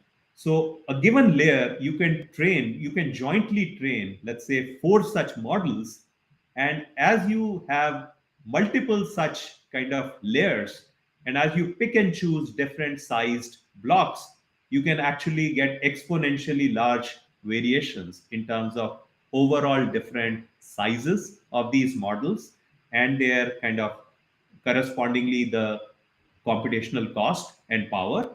And what we've been able to show by doing this not just for vision models but also large language models is that we are able to, just by training a model once, we are able to get all of these different variants which are shown here in the star color with almost the same power as the original separately trained model for that particular size. And when you train these models separately, often you are limited in how many models you will be able to train. You are maybe limited to 3 or 4 such sizes. And now you can get hundreds and in fact even thousands of such variants. And what we have seen here, it looks large, but it's a very, very small overhead that you pay. And to me, this is analogous to the overhead that you may pay for virtualization. But once you have enabled that, just like virtualization enabled elastic computing in cloud, our view is that this can really enable elasticity in machine learning models being deployed, which can ultimately lead to very significant improvements in efficiency and in the cost. Uh, uh, because if you direct a simple query to a very small size model, which is good enough for that simple query, and only reserve the large models for the more complex queries, you can get pretty significant system level benefits uh, in terms of computational cost.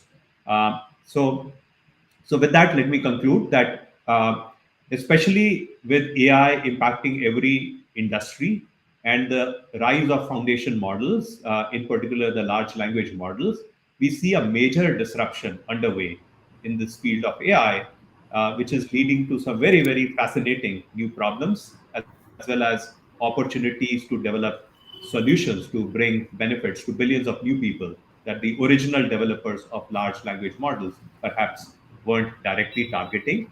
And again, some amazing opportunities for impact. Thank you, Manish.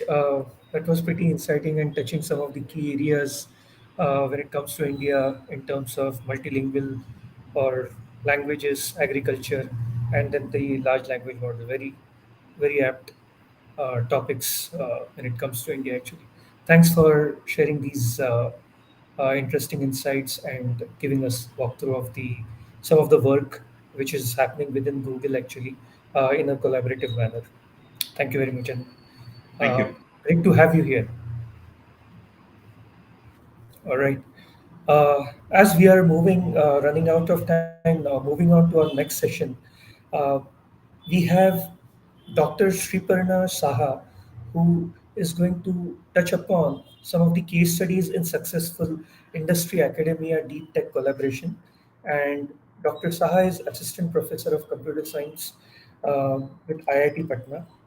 She could not attend this in person virtually, but we do have a pre-recorded session which we will run through basically. So yeah.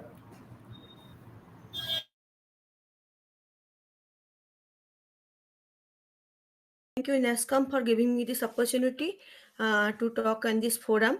So today I am here to talk regarding some case studies in successful industry academic deep tech collaboration. So I am Dr. Sriparna Saha, currently holding the position of an associate professor in the Department of Computer Science and Engineering, Indian Institute of Technology, Patna. So I will talk about some successful academic industry collaborations in IIT Patna. So let me start with our collaboration with Accenture. So it's a long-term collaboration we started in 2015, and still we are continuing this collaboration, and it's a very successful collaboration. So we are basically developing some conversational agents or the chatbot, especially focusing on the sales domain. So with the help of Accenture, we are developing some sales chatbot. So this sales chatbot is having some kind of human intelligence, and it is trying to sell a particular product to a customer, and it is having some several behavioral properties, like it has the persuasion capabilities and also the negotiation capabilities. So if you see the existing chatbots like the Alexa or Siri, so there is a fixed goal. So like the agent, the user has to fix a particular goal, and the chatbot can only serve the particular goal. So initially we developed a dynamic goal adapted virtual agent. So this virtual agent can dynamically change the goal depending on the availability. So initially maybe the user wants to purchase a particular product. If the product is not available, then dynamically during the dynamically that goal can be updated. So we develop different reinforcement learning based strategies to dynamically update the goal. So then we worked on the different persuasion strategy, and this persuasion strategy can be determined based on the persona of the customer, and this persona can be easily understood by the agent from the context. So there are different persuasion strategy like emotional appeal, credibility appeal, logical appeal, or the persona based appeal. And it is a and the agent has to automatically understand the correct persuasion strategy depending on the context. So yeah, so we published several papers together jointly in reputed forums, and also we filed a USA patent together. And now we are also working on how to infuse the negotiation capabilities inside a sales agent, because we what we expect that once the persuasion is done, once the product is fixed, in general a sales person used to negotiate on the price. Similarly, a sales virtual agent can also negotiate on the price. So now we are working on developing some negotiative chatbot with the help of LLM. Basically, we were also investigating whether the large language models have this kind of capabilities, whether they have the persuasion and the negotiation capabilities also. So it's a very strong collaboration, and we are it's a very very fruitful collaboration between IIT Patna and the Accenture lab. Bangalore. So yeah, and now let me now also talk about another collaboration which is between the IIT Patna and the Sony Research India. So we are investigating the problem of multimodal recommendation. So in general, recommendation is a very nowadays a very interesting problem statement, because it's useful for movie recommendation, video recommendation, books recommendation, or restaurant recommendation. Here we are mostly targeting the video recommendation and the movie recommendation. So for a user, we can recommend some new movies or a new videos, and especially when there are many OTT platforms, these recommendation systems are very much useful.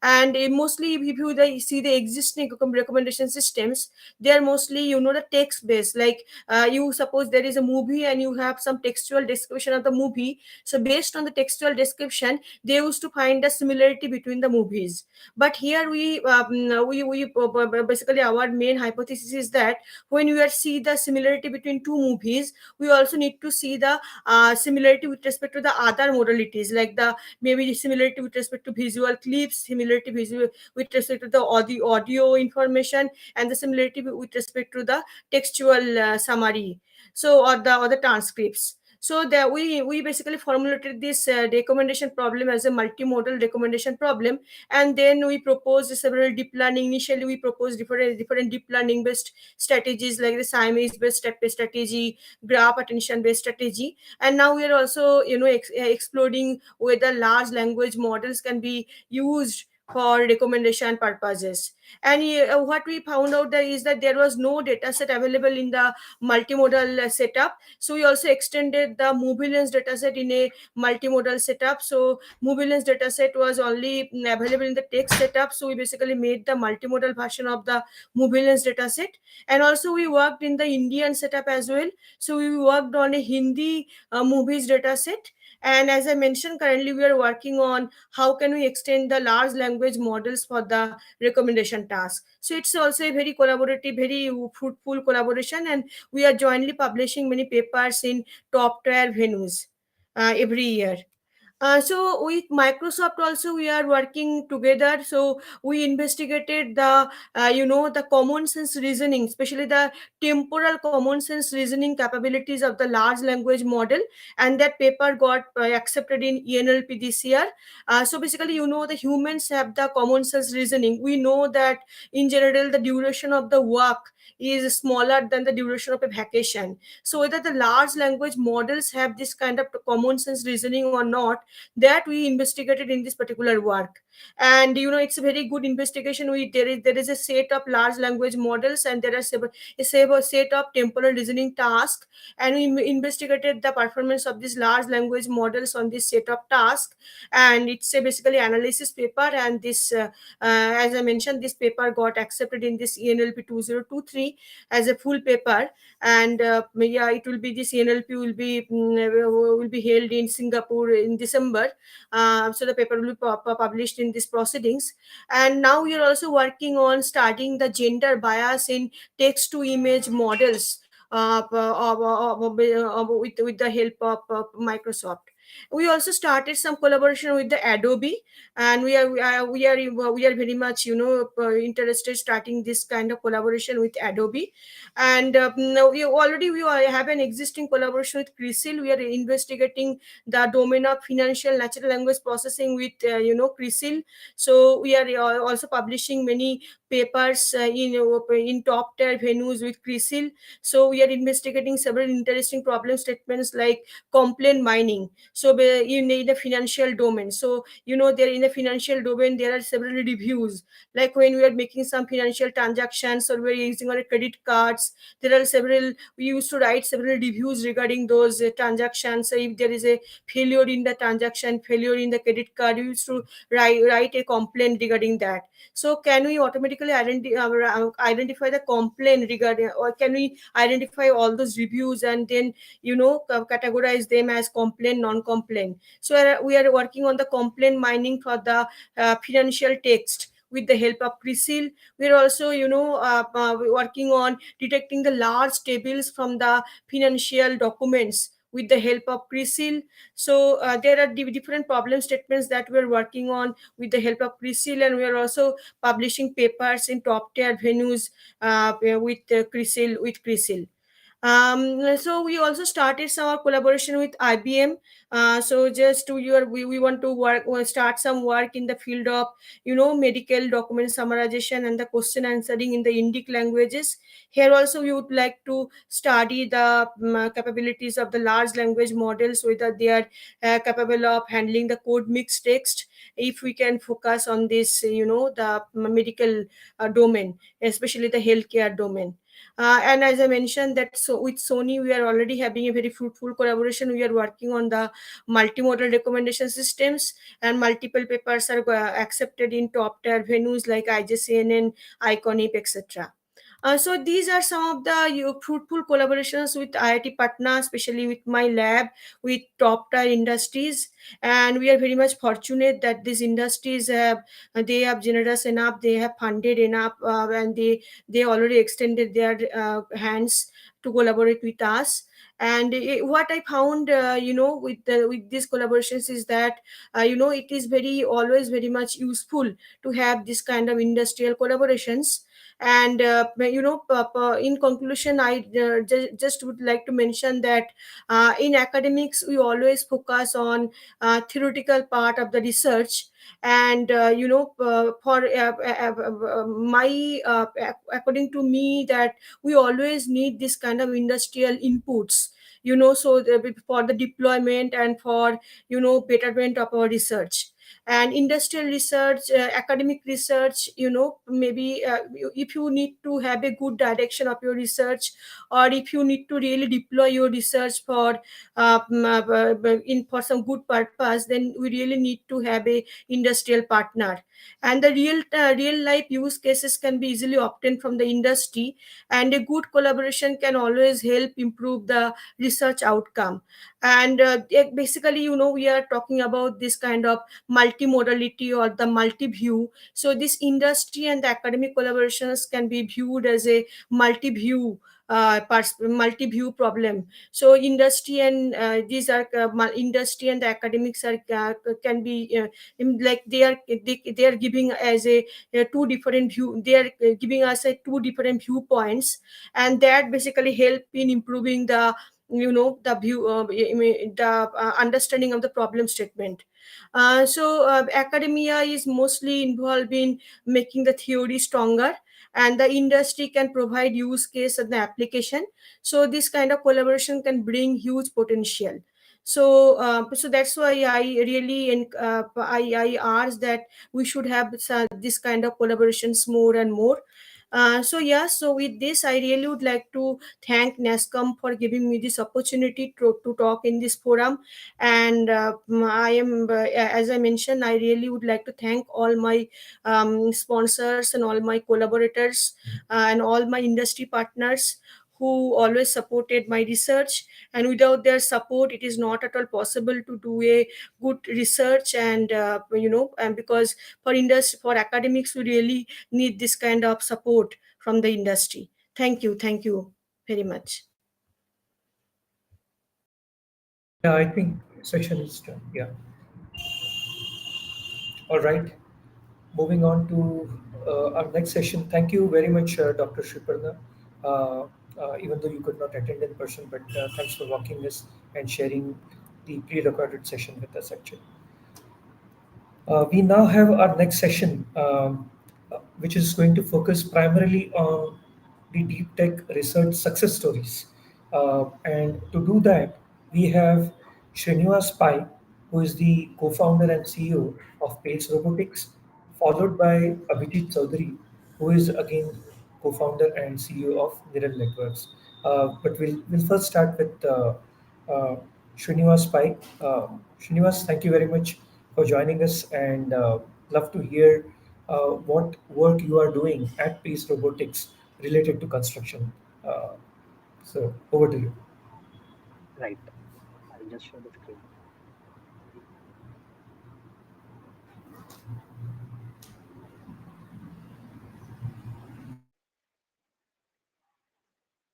Yeah, hi. So first of all, thank you to entire Nasscom team for giving us this opportunity to share our story here. So I'm Srinivas, one of the co-founders of Pace Robotics, and we build robots for construction. So it's often said that an idea, there is no force that is strong enough to stop an idea whose time has come. And because of the ever increasing needs of housing and the ever depleting resources, we feel a transformation is Sorry, necessary. Srinivas. Can you Yeah. can you just put it in slide mode actually? Okay. Okay. Sorry. Thank you. Yeah. It's in slide mode now. Yeah. Right. Yeah. So we believe construction, the time is ripe for a transformation in construction. And at Pace Robotics, we want to be at the forefront of this transformation. And we are building robots that can introduce a smarter, faster, and efficient way of work through modular and multitasking robots. So the core of the problem in construction is a heavy dependency on physical human labor. So the traditional work methods are reliant on the manual labor, whereas today the labor situation is very acute, whereas only 50% of skilled labor is available. So any construction work process can be divided into three parts. Let's say you take an example for painting. For example, it starts with a team that performs the painting, someone who measures it for its quantity and quality, and a final team who does the documentation for any actionable reports. For example, a building data. In the traditional work methods, each of these tasks are done by different teams that belong to different organizations. Whereas when a robot does the work, it not just automates the core task of painting, but also in parallel does the measurement and documentation without any human needed in this entire chain. This is the transformation that we want to bring about in construction. Currently, what we are developing is a robot for plastering, painting, and putty. And what is ready is the robot for painting and putty. We have done multiple pilots, and this is a video from our recent pilots. The robot is capable of doing these works without any human intervention. In fact, the only human intervention required is to place it at the end of a wall and make sure the material is filled in the bucket always. And we have also focused this on the Indian construction scenario in terms of the size of the machine, the cost, also the use of ease of use. For example, our target user here in terms of painting is the regular painter that we see in the construction industry.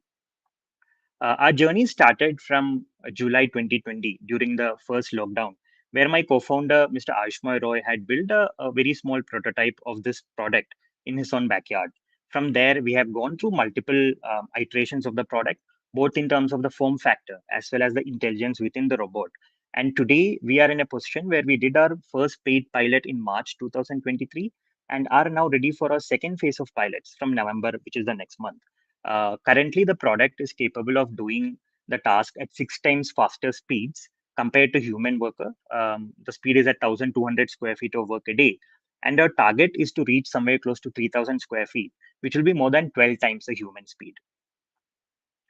We have done multiple pilots with several real estate players, Total Environment, L&T, Concord, and I have also done demos for Godrej and Purankara. In addition to this, we have received several pilot interests from prominent real estate developers and are also in the process of closing a strategic partnership with a prominent EPC contractor.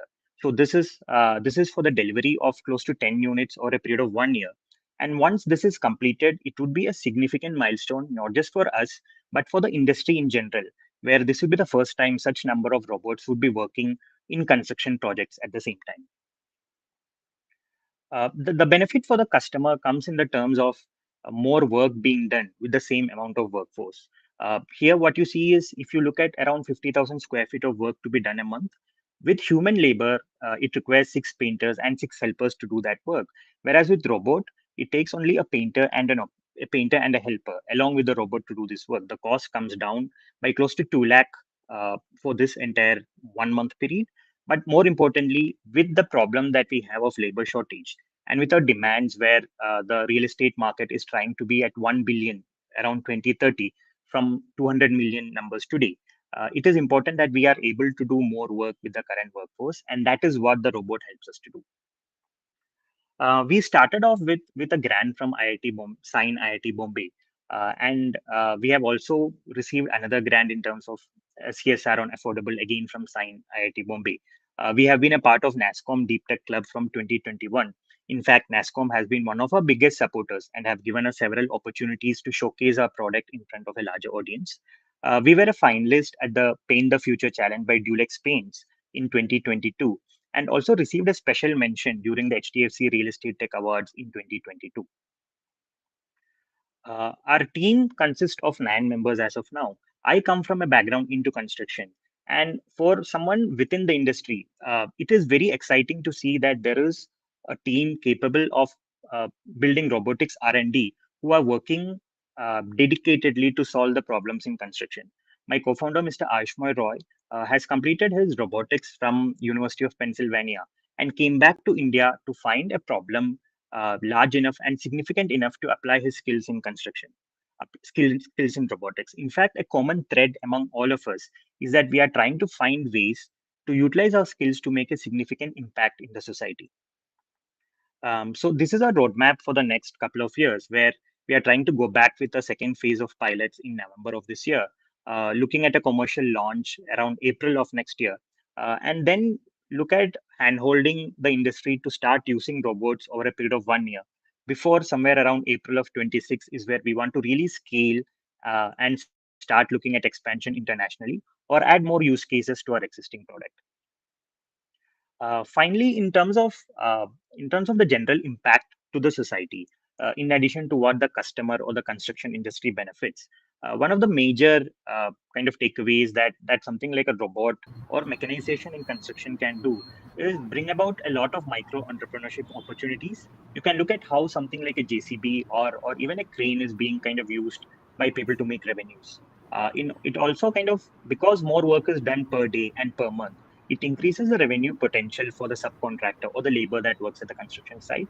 And finally, it kind of upskills and upgrades the lifestyle of the construction workforce. Today, they live a very nomadic lifestyle, whereas they get converted into a highly skilled robot operator and standardize their skill sets. Whereas today, your skill sets are fragmented.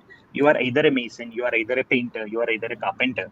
But with robots, all the workforce is standardized to use of robots, and that helps them find more work within the industry. Finally, we would like to take this opportunity to also thank our investors for a kind of an early stage startup in hardware and deep tech. It is very important to get an early support from kind of large investors. In that way, Pidilite Ventures, who is one of our largest investors, Sign IIT Bombay, Mal Accelerator, and Kochi Holdings have been a major support to us over the past 3 years. And finally, just to add on, the biggest learning for us over the past 3 years is that to sustain any kind of deep tech innovation, which has a large cycle time, it's important that you first identify a problem that is very close to you, be very passionate about solving the problem, and third, make sure that the problem creates kind of makes a huge impact once it is solved. Yeah, that's all about us. Once again, thanks to Nasscom for this opportunity. Yeah, that's all. Thank you. Thank you, Srinivas. So motivating, actually, and so nice to see a problem which you are solving in a beautiful way, actually, and that also helps us work through the labor problem. Amazing. Thank you very much for sharing these Yeah. insights. Thank you, Mangesh. Thanks a lot. Bye. Yeah, yeah. Our next speaker is going to be Abhijit Chaudhary, who is the CEO co-founder of Neural Networks, which provides 5G as a infrastructure as a service, basically. Again, another very niche area which is coming and very relevant to India, actually. So, thanks for joining us, Abhijit, and look forward to hear your Thank you, thoughts. Mangesh. Yeah. Good evening, everybody. I'm Abhijit, co-founder at Neural Networks, and as Mangesh mentioned, we are going to talk about our innovation in the private 5G and edge, which is basically very key, as we find for enterprise connectivity. Let's say, like 5G, I mean, most of you are aware of 5G. Most of the operators are deploying 5G, but there is also a section of 5G that a lot of you may not know is about enterprise 5G.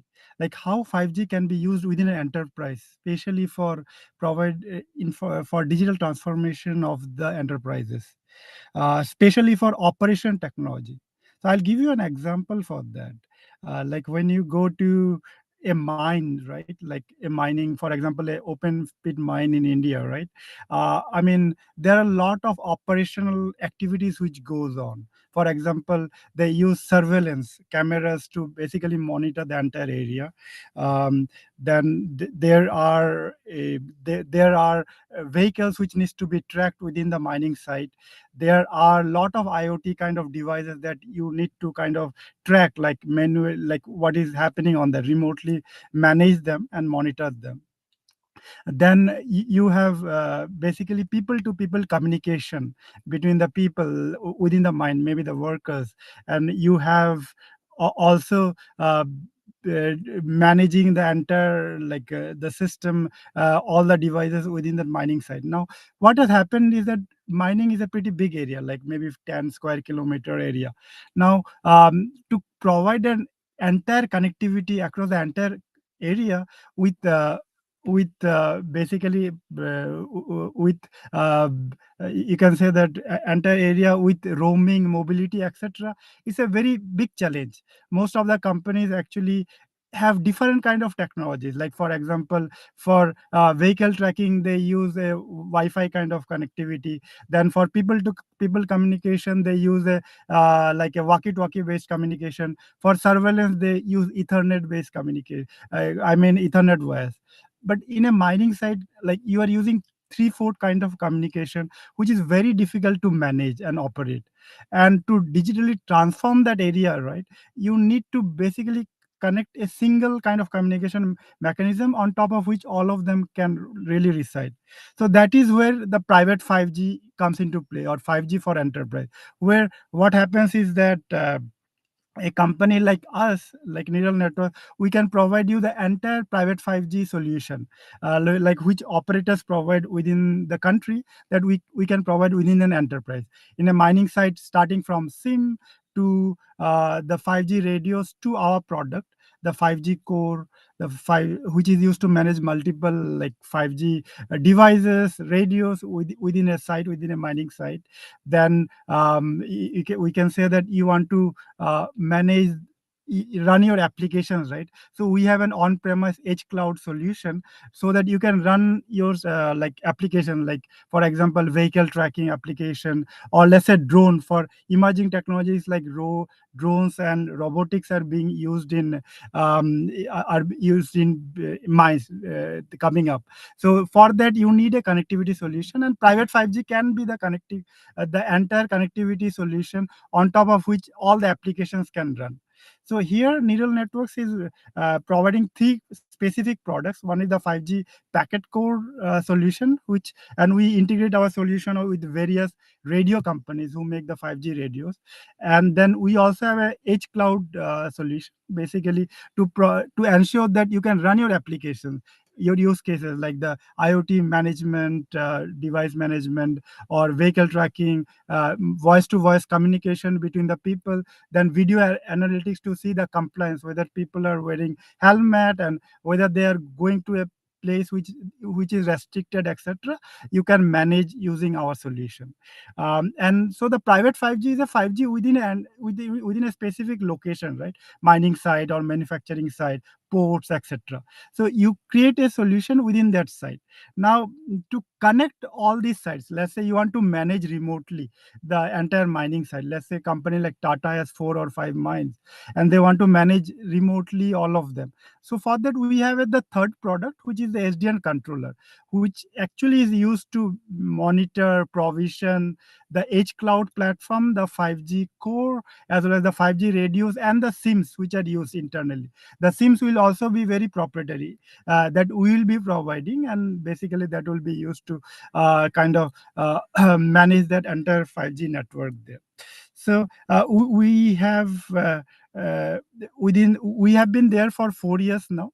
Like we started building our product from end of 2019, but over time like we have been very thankful to the government, like the Department of Communication, who has given us 3 successful grants to develop for the R&D for this project. We are also very thankful to like especially academia, like we have been using the research lab of Indian Institute of Science, and then IIT Chennai, and also for basically building a private 5G solution and testing it, because testing is very costly and we need a lot of devices to test that. Then we are very tied up with ISM Dhanbad, which is IIT Dhanbad, for understanding the mining use cases and deploying that, because mining is very complex and we need to understand the entire solution which is needed there. So we are working with ISM Dhanbad for that. Over the years, we have received multiple accolades also. I mean, for our 5G innovation, like the Aegis Graham Bell Award, CII Award for Private 5G Innovation, etc. At this point, we have around 8 paid customers who are trying our solution at this point in India. We have a pipeline of around 12 more deployments, which is global.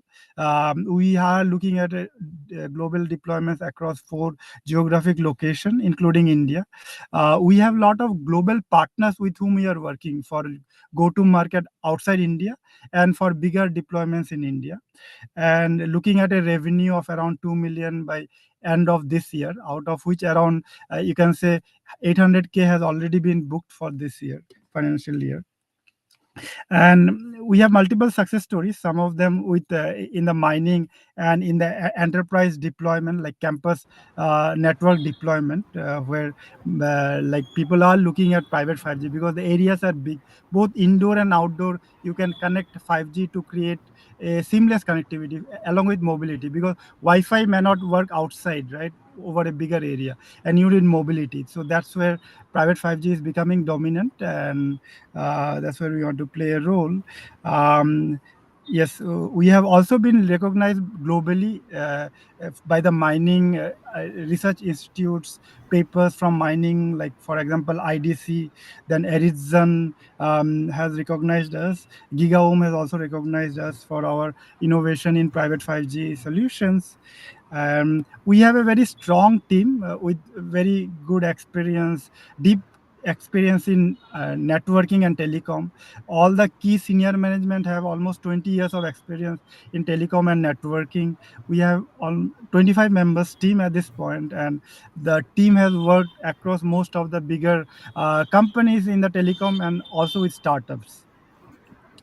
Our goal is to actually enter some of the global deployments now outside India, and we are looking at partners for that.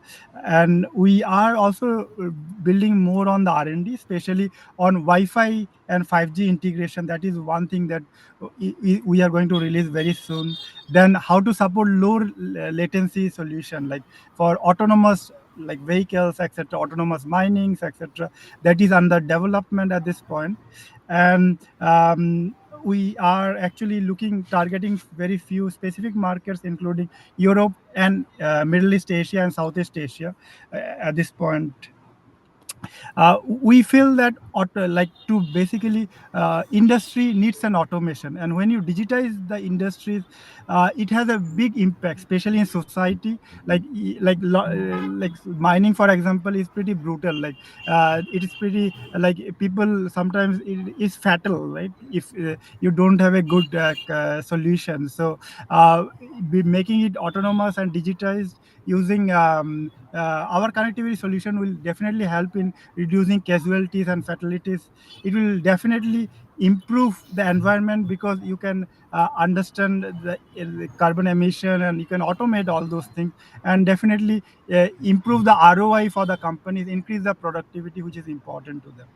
So with this, I would like to thank Nasscom to provide us the opportunity to share our solutions. Thank you. And hopefully you guys had a good time understanding our solutions. Thanks. Absolutely. Thank you very much, Abhijit.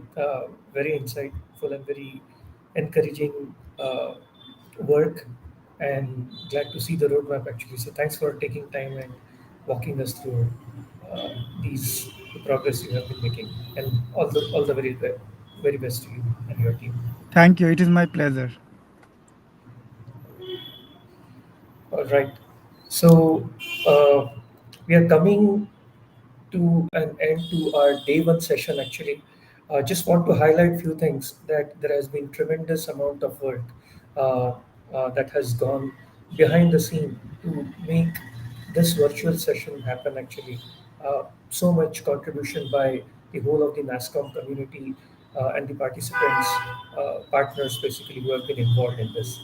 Uh, Great sessions from industry leaders today, professors from academia, CEOs sharing their success stories, Abhijit and Srinivas. Uh, some of the key highlights, at least which I could take from our day one, basically uh, from say Dr.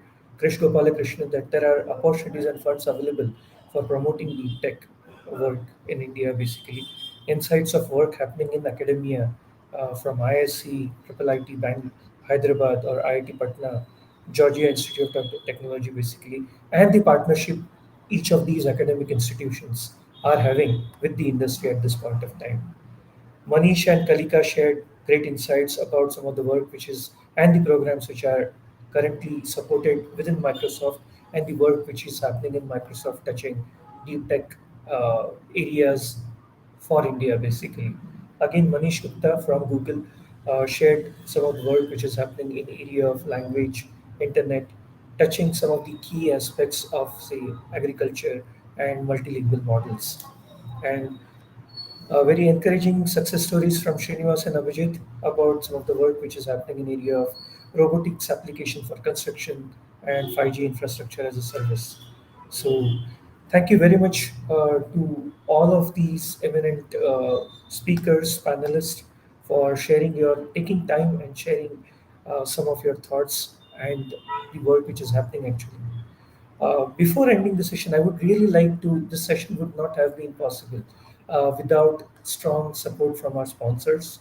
So, by bringing together all these visionary leaders, cutting edge technology, and diverse range of applications and sponsors spanning multiple categories, Nasscom Future Forge has showcased immense potential of deep tech innovation.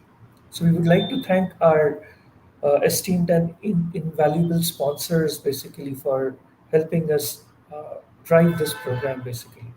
So Optus, that is Health Tech Partner, and EY GDP from premium category, Intuit, NetApp, SAP, Microsoft from platinum category, HP and Odisha in gold category, 96 basically in silver category. Collaboration partners EU, India, InfoCenter as our cross-border collaboration partner, Yournest as our investment partner for Future Force 2023, and lastly, not the least, Walmart for supporting with badges and lanyards. Thank you very much for all our sponsors basically to help us run this and conceive and run this program this year. We also extend our gratitude to all of you, all our participants who have been joining us in this inspiring journey to drive innovation, empower startups, and shape the technology, future technology. Your collective dedication has not only made this event a resounding success, but also a testament to the remarkable entrepreneurial work and the ecosystem and the innovation spirit that defines Nasscom. Together, we have set the stage for brighter and more innovative tomorrow. So this is, I would like to conclude our day one, but there are two more very, very strong lineup of speakers and agenda which we would like to drive from tomorrow, which will focus primarily on product and applications covering, say, product to market, that is navigating deep tech technology journey, lessons from trenches are success stories, and deep tech in key vertical areas like healthcare, education, and agriculture. Thank you very much, and have a good evening to all of you.